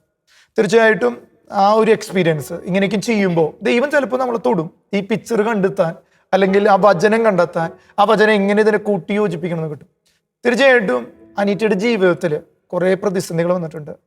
പ്രത്യേകിച്ച് പറയുകയാണെങ്കിൽ ഏറ്റവും പ്രിയപ്പെട്ട പപ്പയെ ഭയങ്കര ഇഷ്ടമായിരുന്നു. പെട്ടെന്നുള്ള പപ്പയുടെ മരണം അത് ഉൾക്കൊള്ളാൻ പറ്റുന്നില്ല. ഒരു പെൺകുട്ടിയെ സംബന്ധിച്ചിടത്തോളം പപ്പ എന്ന് പറയുന്നത് ഭയങ്കര സ്നേഹമാണ്. ഞങ്ങൾ ആൺകുട്ടികളെ സംബന്ധിച്ചിടത്തോളം മമ്മി എന്ന് പറയുന്നത് വലിയൊരു കാര്യമാണ്. അങ്ങനെയൊക്കെയുള്ള കടന്നു പോകുമ്പോൾ ഈശോയെ അറിഞ്ഞത് ചിലപ്പോൾ കുറേ ഇപ്പോൾ അൻസം പറഞ്ഞ പോലെ ചില പരാതികളും സങ്കടങ്ങളൊക്കെ എല്ലാവർക്കും ഉണ്ടാവും. തീർച്ചയായിട്ടും ഈശോയെ അറിഞ്ഞ് അനുഭവിച്ചത്, ജീവിതത്തിൽ ഈശോയെ കണ്ടുമുട്ടിയ ദേവഗിരി കോളേജ് എനിക്ക് നന്നായിട്ട് അറിയാം, നല്ല അടിച്ചുപൊളി കോളേജാണ്. അവിടേക്കും പഠിച്ചു വരുമ്പോൾ അനീറ്റയുടെ അനുഭവം, അനീറ്റ എങ്ങനെയാണ് ജീവിതത്തിൽ ഈശോയെ എൻകൗണ്ടർ ചെയ്തത്, മ്യൂസിക്കിലൂടെ അൻസൻ അനുഭവിച്ചു, ജീവിതത്തിൽ എങ്ങനെ അനുഭവിക്കാനുള്ള കൃപ ലഭിച്ചു, അതാണ് അച്ഛനെ അറിയേണ്ടത്. അത് ഈ കൂട്ടുകാർക്ക് അറിയാനുള്ള ആഗ്രഹമുണ്ട്. ശരിക്കും എൻ്റെ കാര്യം പറയുകയാണെങ്കിൽ ഇപ്പം ഇത്രയും നാൾ ഞാൻ ജീവിച്ചിട്ട് ഒരിക്കൽ പോലും ഈശോ, നമുക്ക് പള്ളിയിൽ പോകും, നമ്മൾ പ്രാർത്ഥിക്കും, ഞായറാഴ്ച മാത്രം പള്ളിയിൽ പോയിരുന്ന ആളാണ് ഞാൻ. കൊന്ത ചെല്ലുമ്പോഴാണെങ്കിലും നമ്മൾ വീട്ടിൽ പ്രാർത്ഥിക്കുമ്പോൾ ഫോൺ നോക്കിയിരുന്ന് ചെല്ലിരുന്ന ആളാണ് ഞാൻ. നമുക്ക് ഈശോ ഉണ്ട്, നമുക്ക് വിശ്വാസമുണ്ട്, പക്ഷെ അതിൽ കൂടുതലൊന്നും നമുക്ക് ഉണ്ടായിരുന്നില്ല. അപ്പം അങ്ങനെ വലിയ കുഴപ്പമൊന്നും ഇല്ലാതെ പോകുന്ന സമയത്താണ് നമ്മൾ CA പഠിക്കുന്നത്. അപ്പോൾ നമുക്ക് ഭയങ്കര സ്വപ്നങ്ങളൊക്കെയാണ്. അങ്ങനെ പ്രതീക്ഷിക്കാത്ത, നമ്മൾ ഒട്ടും വിചാരിക്കാത്ത സമയത്താണ് പെട്ടെന്ന് അപ്പൻ മരിച്ചു പോകുന്നത്. അപ്പോൾ നമ്മളത് അറിഞ്ഞു കഴിഞ്ഞ് അറ്റ് ദി ഇൻസ്റ്റന്റ് നമ്മുടെ മനസ്സിൽ വരുന്നത് ദൈവം ഇല്ല. അങ്ങനെ ദൈവം ഉണ്ടെങ്കിൽ ദൈവത്തിന് ചെയ്യാൻ പറ്റില്ല. കാരണം എനിക്കുള്ളത് എൻ്റെ അപ്പനും അമ്മയും ചേച്ചിയും, അതിൽ അപ്പൻ പോയി എന്ന് പറയുമ്പോൾ നമുക്ക് ദൈവം ഇല്ല. അവിടെ പിന്നെ പരാതികളില്ല, ഒന്നുമില്ല, ക്വസ്റ്റ്യനാണ്, ദൈവം ഇല്ല, ഉറപ്പാണ്. പിന്നെ നമ്മൾ പള്ളിയിൽ പോകുന്നില്ല, കാര്യങ്ങളൊന്നും ചെയ്യുന്നില്ല. അങ്ങനെ ഇരിക്കുമ്പോൾ നമുക്ക് ഒട്ടും താല്പര്യമില്ലാണ്ടാണ് അമ്മ വിളിച്ചിട്ടാണ് ധ്യാനത്തിന് പോകുന്നത്. ശരിക്കും ആ ധ്യാനം അതായിരുന്നു ശരിക്കും ഒരു എൻകൗണ്ടർ, നമ്മുടെ ജീവിതം മാറ്റിമറിച്ച്. അത്രയും നാൾ ജീവിച്ചതല്ലായിരുന്നു. ശരിക്കും ഞാൻ അവിടെയാണ് ഈശോനെ അറിഞ്ഞത്. ആ ധ്യാനത്തിൽ വെച്ച് ആദ്യത്തെ 2 ദിവസം നമ്മളിങ്ങനെ വെറുതെ പോയെങ്കിലും 3-ാമത്തെ ദിവസം ശരിക്കും ഈശോനെ കാണിച്ചെന്നൊരു കാര്യമുണ്ട്. അതായത് മാതാവിൻ്റെ പ്രസൻസ് എനിക്ക് ഫീൽ ചെയ്യുന്നുണ്ടായിരുന്നു. അത് കഴിഞ്ഞിട്ട് അവിടെ ഞാൻ കാണുന്ന വിഷൻ മൊത്തം അത്രയും നാൾ ഞാൻ ജീവിച്ചിട്ട് എൻ്റെ ഓരോ പ്രതിസന്ധികളും, കൊച്ചുനാൾ മുതൽ നമ്മൾ കടന്നുപോയ ഓരോ പ്രശ്നങ്ങളിലും അവിടെ എൻ്റെ അടുത്ത് നിൽക്കുന്ന ഈശോ, അടുത്ത് നിൽക്കുന്ന മാതാവ്, അവിടെ ഞാനാണ് കാണാതെ പോയത്. അവരെൻ്റെ കൂടെ തന്നെ ഉണ്ടായിരുന്നു, പക്ഷെ ഞാനാണ് കാണാതെ പോയത്. അതുപോലെ നമ്മൾ അസുഖമായിട്ട് കിടക്കുമ്പോഴും നമ്മളെ അടുത്ത് നമ്മളെ ആശ്വസിപ്പിക്കാനായിട്ട് അവരുണ്ട്, പക്ഷെ നമ്മളപ്പോഴും വിഷമിച്ചിരിക്കുകയാണ്. നമ്മൾ അപ്പൻ മരിച്ച് വിഷമിച്ച് ദൈവം ഇല്ല എന്ന് പറയുമ്പോഴും ഈശോ അടുത്തിരുന്നിട്ട് ഞാൻ ഇവിടെ ഉണ്ട് മോളെ എന്ന് പറയുന്നുണ്ട്. പക്ഷെ നമ്മളത് കേൾക്കാതെ നമ്മൾ നോ പറയാണ് അതിനോട്. അപ്പോൾ ഈശോ ഇതൊക്കെയാണ് എനിക്ക് അവിടെ കാണിച്ചു തന്നത്. അത് കഴിഞ്ഞിട്ട് എന്നെ ഏറ്റവും സ്പർശിച്ച ഒരു വിഷയം എന്ന് വെച്ച് കഴിഞ്ഞാൽ, ഈശോ ഇങ്ങനെ കാൽവരിയിൽ നടന്നു പോവാണ്. അപ്പം ഞാനവിടെ സൈഡിൽ നിൽക്കുന്നുണ്ട്. അപ്പോൾ ഈശോ എന്നെ വിളിക്കുകയാണ്, മോളെ വാ. അപ്പോൾ ഈശോ കുരിശും ചുമന്ന് ആ കുരിശിൽ ശരിക്കും ഞാൻ കണ്ടത് അവിടെ എഴുതി വെച്ചിരിക്കുന്നത് ഫുള്ള് നമ്മൾ ചെയ്ത തെറ്റുകളാണ്, നമ്മുടെ പ്രശ്നങ്ങൾ, നമ്മളൊക്കെ വലിയ കാര്യമായിട്ട് കാണുന്ന കാര്യങ്ങൾ, തിന്മകൾ, അതൊക്കെയാണ് അവിടെ എഴുതി വെച്ചേക്കണേ. അപ്പൊ ആ കുരിശും വഹിച്ച് പോകുമ്പോൾ ഈശോ വിളിക്കുമ്പോൾ എൻ്റെ മനസ്സിൽ കാൽവരിയിലേക്കല്ലേ എന്നെ കൊണ്ടുപോകുന്നത്, അവിടെ സഹായമാണല്ലോ, ആ മൈൻഡിലാണ് ഞാൻ പോകുന്നത്. പക്ഷെ ഞാൻ ഈശോൻ്റെ കൂടെ പോവാണ്, മാതാവും കൂടെ ഉണ്ട്. അങ്ങനെ ഞാൻ ചെന്നിട്ട് കാൽവരി ചെല്ലുമ്പോൾ ഈശോ എന്നെ അവിടെ കുരിശി തറയ്ക്കുന്നു. അപ്പൊ ഞാൻ ഈശോയുടെ കുരിശിന്റെ ചോട്ടിൽ നിൽക്കുമ്പോൾ ഈശോയുടെ കുരിശ് തലയിലിരിക്കുന്ന ശിരസിലിരിക്കുന്ന മുൾമുടി എടുത്തിട്ട് എൻ്റെ തലയിൽ വെച്ച് തരാണ്. അപ്പൊ അവിടെ പിന്നെയും ഞാൻ ഓൾറെഡി നമ്മൾ വിഷമിച്ചിരിക്കുമ്പോൾ എൻ്റെ മനസ്സിലിതാ, ഈശോ പിന്നെ എനിക്ക് സഹനാണോ തരുന്നത്, ഇതെന്താ ഇങ്ങനെ, എനിക്ക് മാത്രം സഹനം എന്താ? അപ്പൊ അപ്പൊ തന്നെ ഞാൻ പിന്നെയും കാണുന്നത് ഈശോയുടെ കൈ നീണ്ടു വന്നിട്ട് നമ്മളെ ആശ്വസിപ്പിക്കുന്നതാണ്. അപ്പൊ നമുക്ക് ഫീൽ ചെയ്യുന്ന ഒരു സ്നേഹമുണ്ട് ശരിക്കും നമ്മുടെ കൂടെയുള്ള ഒരു ഈശോയുടെ. അത് കഴിഞ്ഞ് തിരിഞ്ഞു നോക്കുമ്പോൾ അമ്മ നമ്മളെ വിളിച്ചുകൊണ്ട് പോകുന്നത് ഉയർത്തെഴുന്നേറ്റ് ഈശോയുടെ അടുത്തേക്കാണ്. അപ്പൊ അവിടെ എനിക്ക് മനസ്സിലായ ഒരു കാര്യം എന്താ വെച്ചാൽ, സഹനങ്ങളുണ്ടാവും, അതിപ്പോൾ നമുക്ക് താങ്ങാൻ പറ്റുന്നതും താങ്ങാൻ പറ്റാത്തൊക്കെ സഹനം ഉണ്ടാവും. പക്ഷെ അവിടെയൊക്കെ നമ്മുടെ കൂടെയുള്ള ഒരു ഈശോയുണ്ട്, നമ്മുടെ കൂടെ ഉണ്ടാവൻ. നമ്മൾ അതിനോട് ഓപ്പൺ ആവാത്തതാണ്. നമ്മൾ എല്ലാ നിമിഷത്തിലും എല്ലാ സമയവും നമ്മൾ എത്ര ദൈവം നമ്മുടെ കൂടെ ഇല്ലാന്ന് വിചാരിക്കുമ്പോഴും ദൈവം നമ്മുടെ കൂടെ തന്നെയുണ്ട്. അപ്പോൾ അവൻ്റെ കൂടെ ആയിരിക്കുക എന്നത് നമ്മൾ ഓപ്പണായി കൊടുക്കണം. ഈശോൻ്റെ കൂടെ ഉണ്ടെന്നുള്ളത് നമ്മൾ അംഗീകരിക്കണം. ശരിക്കും ഈ പറഞ്ഞാൽ എൻ്റെ ഒരു വിചാരം, നമ്മൾ ദൂരെ എവിടെ ഇരിക്കുന്ന ദൈവം നമ്മൾ വിളിക്കുന്നു, ഞാൻ വിളിക്കുമ്പോൾ മാത്രം കേൾക്കാത്തൊരു ദൈവം. പക്ഷെ അങ്ങനെയല്ല, ശരിക്കും നമ്മുടെ കൂടെ നടക്കുന്ന എൻ്റെ ഏറ്റവും അടുത്തുള്ള, ഇപ്പം നമുക്കൊരു വിഷമം വരുമ്പോൾ നമ്മളെപ്പോഴും നമുക്കൊരാളുണ്ടാവും, ആളുടെ അടുത്ത് പോയ വിഷമം പറഞ്ഞാൽ മാറും. പക്ഷെ അതിലും എനിക്ക് ആക്സസിബിൾ ആയിട്ട് എൻ്റെ അടുത്ത് എന്നെ ഇപ്പോഴും സ്നേഹിച്ചുകൊണ്ടിരിക്കുന്ന എൻ്റെ ഈശോ എൻ്റെ കൂടെ ഉണ്ടെന്നുള്ളൊരു ബോധ്യം കിട്ടിയത് എനിക്ക് അവിടെ നിന്നാണ്. അപ്പം ഈശോ നമ്മുടെ അടുത്ത് ചോദിക്കുന്ന ഒരൊറ്റ കാര്യമാണ്, വിശുദ്ധരായി ജീവിക്കുക. നിങ്ങൾ വിശുദ്ധരായി ജീവിക്കുക എന്ന് മാത്രമാണ് ഈശോ പറയുന്നത്. അപ്പം എൻ്റെ ഒരു മൈൻഡിലുണ്ടായിരുന്നു, വിശുദ്ധർ ആ കാലത്തിലല്ലേ, പണ്ടല്ലേ, അവിടെ അവസാനിച്ചു. ഇപ്പം നമ്മുടെ മുമ്പിൽ ഒത്തിരി സാധ്യതകളാണ്, ഫോണാണ്, കൂട്ടുകാരാണ്, അടിച്ചു പൊളിക്കലാണ്. അപ്പം നമ്മളെ അടിച്ചു പൊളിച്ച് നടക്കുന്നിടയ്ക്ക് നമുക്ക് അവിടെ ഓപ്ഷൻ ഇല്ല, വിശുദ്ധർ കഴിഞ്ഞു. പക്ഷെ ആ സമയത്താണ് കാർലോയെ പോലുള്ളവർ നമ്മുടെ മുമ്പിൽ വരുന്നത്. ശരിക്കും ഇറ്റലി പോലെ അത്രയും മോഡേൺ രാജ്യത്ത് ആ സമയത്ത് ജീവിച്ചിട്ട് സോഷ്യൽ മീഡിയ ഉപയോഗിച്ച് പറഞ്ഞാൽ ഇന്റർനെറ്റ് സർഫ് ചെയ്ത് ഗെയിം കളിച്ച് ഇതൊക്കെ ചെയ്തിരുന്ന ഒരാൾക്ക് അൾത്താരയിലേക്ക് ഉയർത്തപ്പെടാൻ പറ്റുമെങ്കിൽ എന്തുകൊണ്ട് എനിക്ക് പറ്റില്ല? അവനും അവൾക്കും വിശുദ്ധനാവാമെങ്കിൽ എന്തുകൊണ്ട് എനിക്ക് പറ്റില്ല? അപ്പൊ ശരിക്കും ഈ ഒരു ബോധ്യം യുവജനങ്ങൾക്ക് കിട്ടിയാൽ ഈശോ കൂടെയുണ്ട്, ഈശോയ്ക്ക് വേണ്ടിയാണ് നമ്മൾ ജീവിക്കേണ്ടത്, ഈശോ നമ്മളെ സ്നേഹിക്കുന്നുണ്ട്, ഞാനും അവനെ സ്നേഹിക്കണം. തീർച്ചയായിട്ടും ഈ വിശുദ്ധര് പ്രത്യേകിച്ച് ചിന്തിക്കുന്ന പറയും, അവരുടെ ആത്മരക്ഷ അവർക്ക് എപ്പോഴും ചിന്തയുണ്ടാവും. നമ്മുടെയൊക്കെ ലോകത്ത് ഈ ആത്മാവിന് ഒരു ജീവിതം ഇല്ല എന്നുള്ളൊരു ചിന്തയാണ് എല്ലാവർക്കും. ഞാനിങ്ങനെ ചിന്തിക്കുകയാണ്, ഞാനൊരിക്കലും ഒരു ധ്യാനാവസരത്തിൽ എന്നെ നെട്ടിച്ചൊരു കാര്യമുണ്ട്. ഞാനിങ്ങനെ ഒരു BLM ധ്യാന കേന്ദ്രത്തിൽ ധ്യാനിപ്പിച്ചുകൊണ്ടിരിക്കുക. ഒരു പയ്യൻ ഇങ്ങനെ തലമാന്തി ഇങ്ങനെ അസ്വസ്ഥമായിട്ടിരിക്കുക. അപ്പോൾ എനിക്ക് ആദ്യം മനസ്സിലായില്ല. അപ്പോൾ ഞാൻ അവനോട് ചൂടായി, നീ എന്തിങ്ങനെ കിടന്ന് കാണിക്കണം? ഒന്നും പ്രതികരിച്ചില്ല. ഞാൻ ടോക്ക് കഴിഞ്ഞ് ഇറങ്ങി വരുമ്പോൾ ഡയറക്ടർ എന്നോട് പറഞ്ഞു, എടാ ഇതൊരു കൊലയാളിയാണ്, ജയിലിൽ നിന്ന് റിമൈൻഡിന് വന്നിരിക്കുകയാണ്, നീ ആരോടെ സംസാരിക്കണം, അവനോട് മര്യാദയ്ക്ക് സംസാരിച്ചില്ല, അവൻ തന്നെ തല്ലിക്കൊല്ലും. അപ്പോൾ ഞാൻ ശരിക്കും ആ സമയത്തൊന്ന് പേടിച്ചു പോയി, കർത്താവേ അവന്. അപ്പോൾ ഞാൻ ബൈക്ക് എടുത്ത് പോവാന്ന്, കാരണം വേഗം അവിടെ നിന്ന് വിടാണ്. അവൻ ഭയങ്കര അസ്വസ്ഥത കാണിച്ചായിരുന്നു, കാരണം അവൻ കഞ്ചാവും മയക്കുമരുന്നിനൊക്കെ അടി. എൻ്റെ ബൈക്ക് നിർത്തിയിട്ട് അവൻ പറഞ്ഞു, എവിടേക്ക് പോകണേന്ന് ചോദിച്ചു. അപ്പം ഞാൻ പറഞ്ഞു, ഇങ്ങനെ ക്ലാസ് കഴിഞ്ഞാൽ പോവാ. പറഞ്ഞു, നിൽക്ക്, എനിക്കൊരു കാര്യം ചോദിക്കാണ്. ക്ലാസ്സൊക്കെ നന്നായിരുന്നു കേട്ടോ. അച്ഛനൊരു വചനം പറഞ്ഞു, ആ വചനം എനിക്ക് ഉൾക്കൊള്ളാൻ പറ്റുന്നതല്ല എന്ന് പറഞ്ഞു. ഞാൻ ഏത് വചനം ചോദിച്ചു. അപ്പം അവൻ പറഞ്ഞത്, പെറ്റമ്മ മറന്നാലും ഞാൻ നിന്നെ മറക്കില്ല. ഞാനത് ആദ്യം ആ ടോക്കിൽ പലപ്പോഴും ആ വചനം പറഞ്ഞു. എന്തുകൊണ്ടത് പറഞ്ഞത് എനിക്കും അറിയില്ല, അതിങ്ങനെ എടുത്തെടുത്ത് പറയേണ്ട ആവശ്യമുണ്ട്.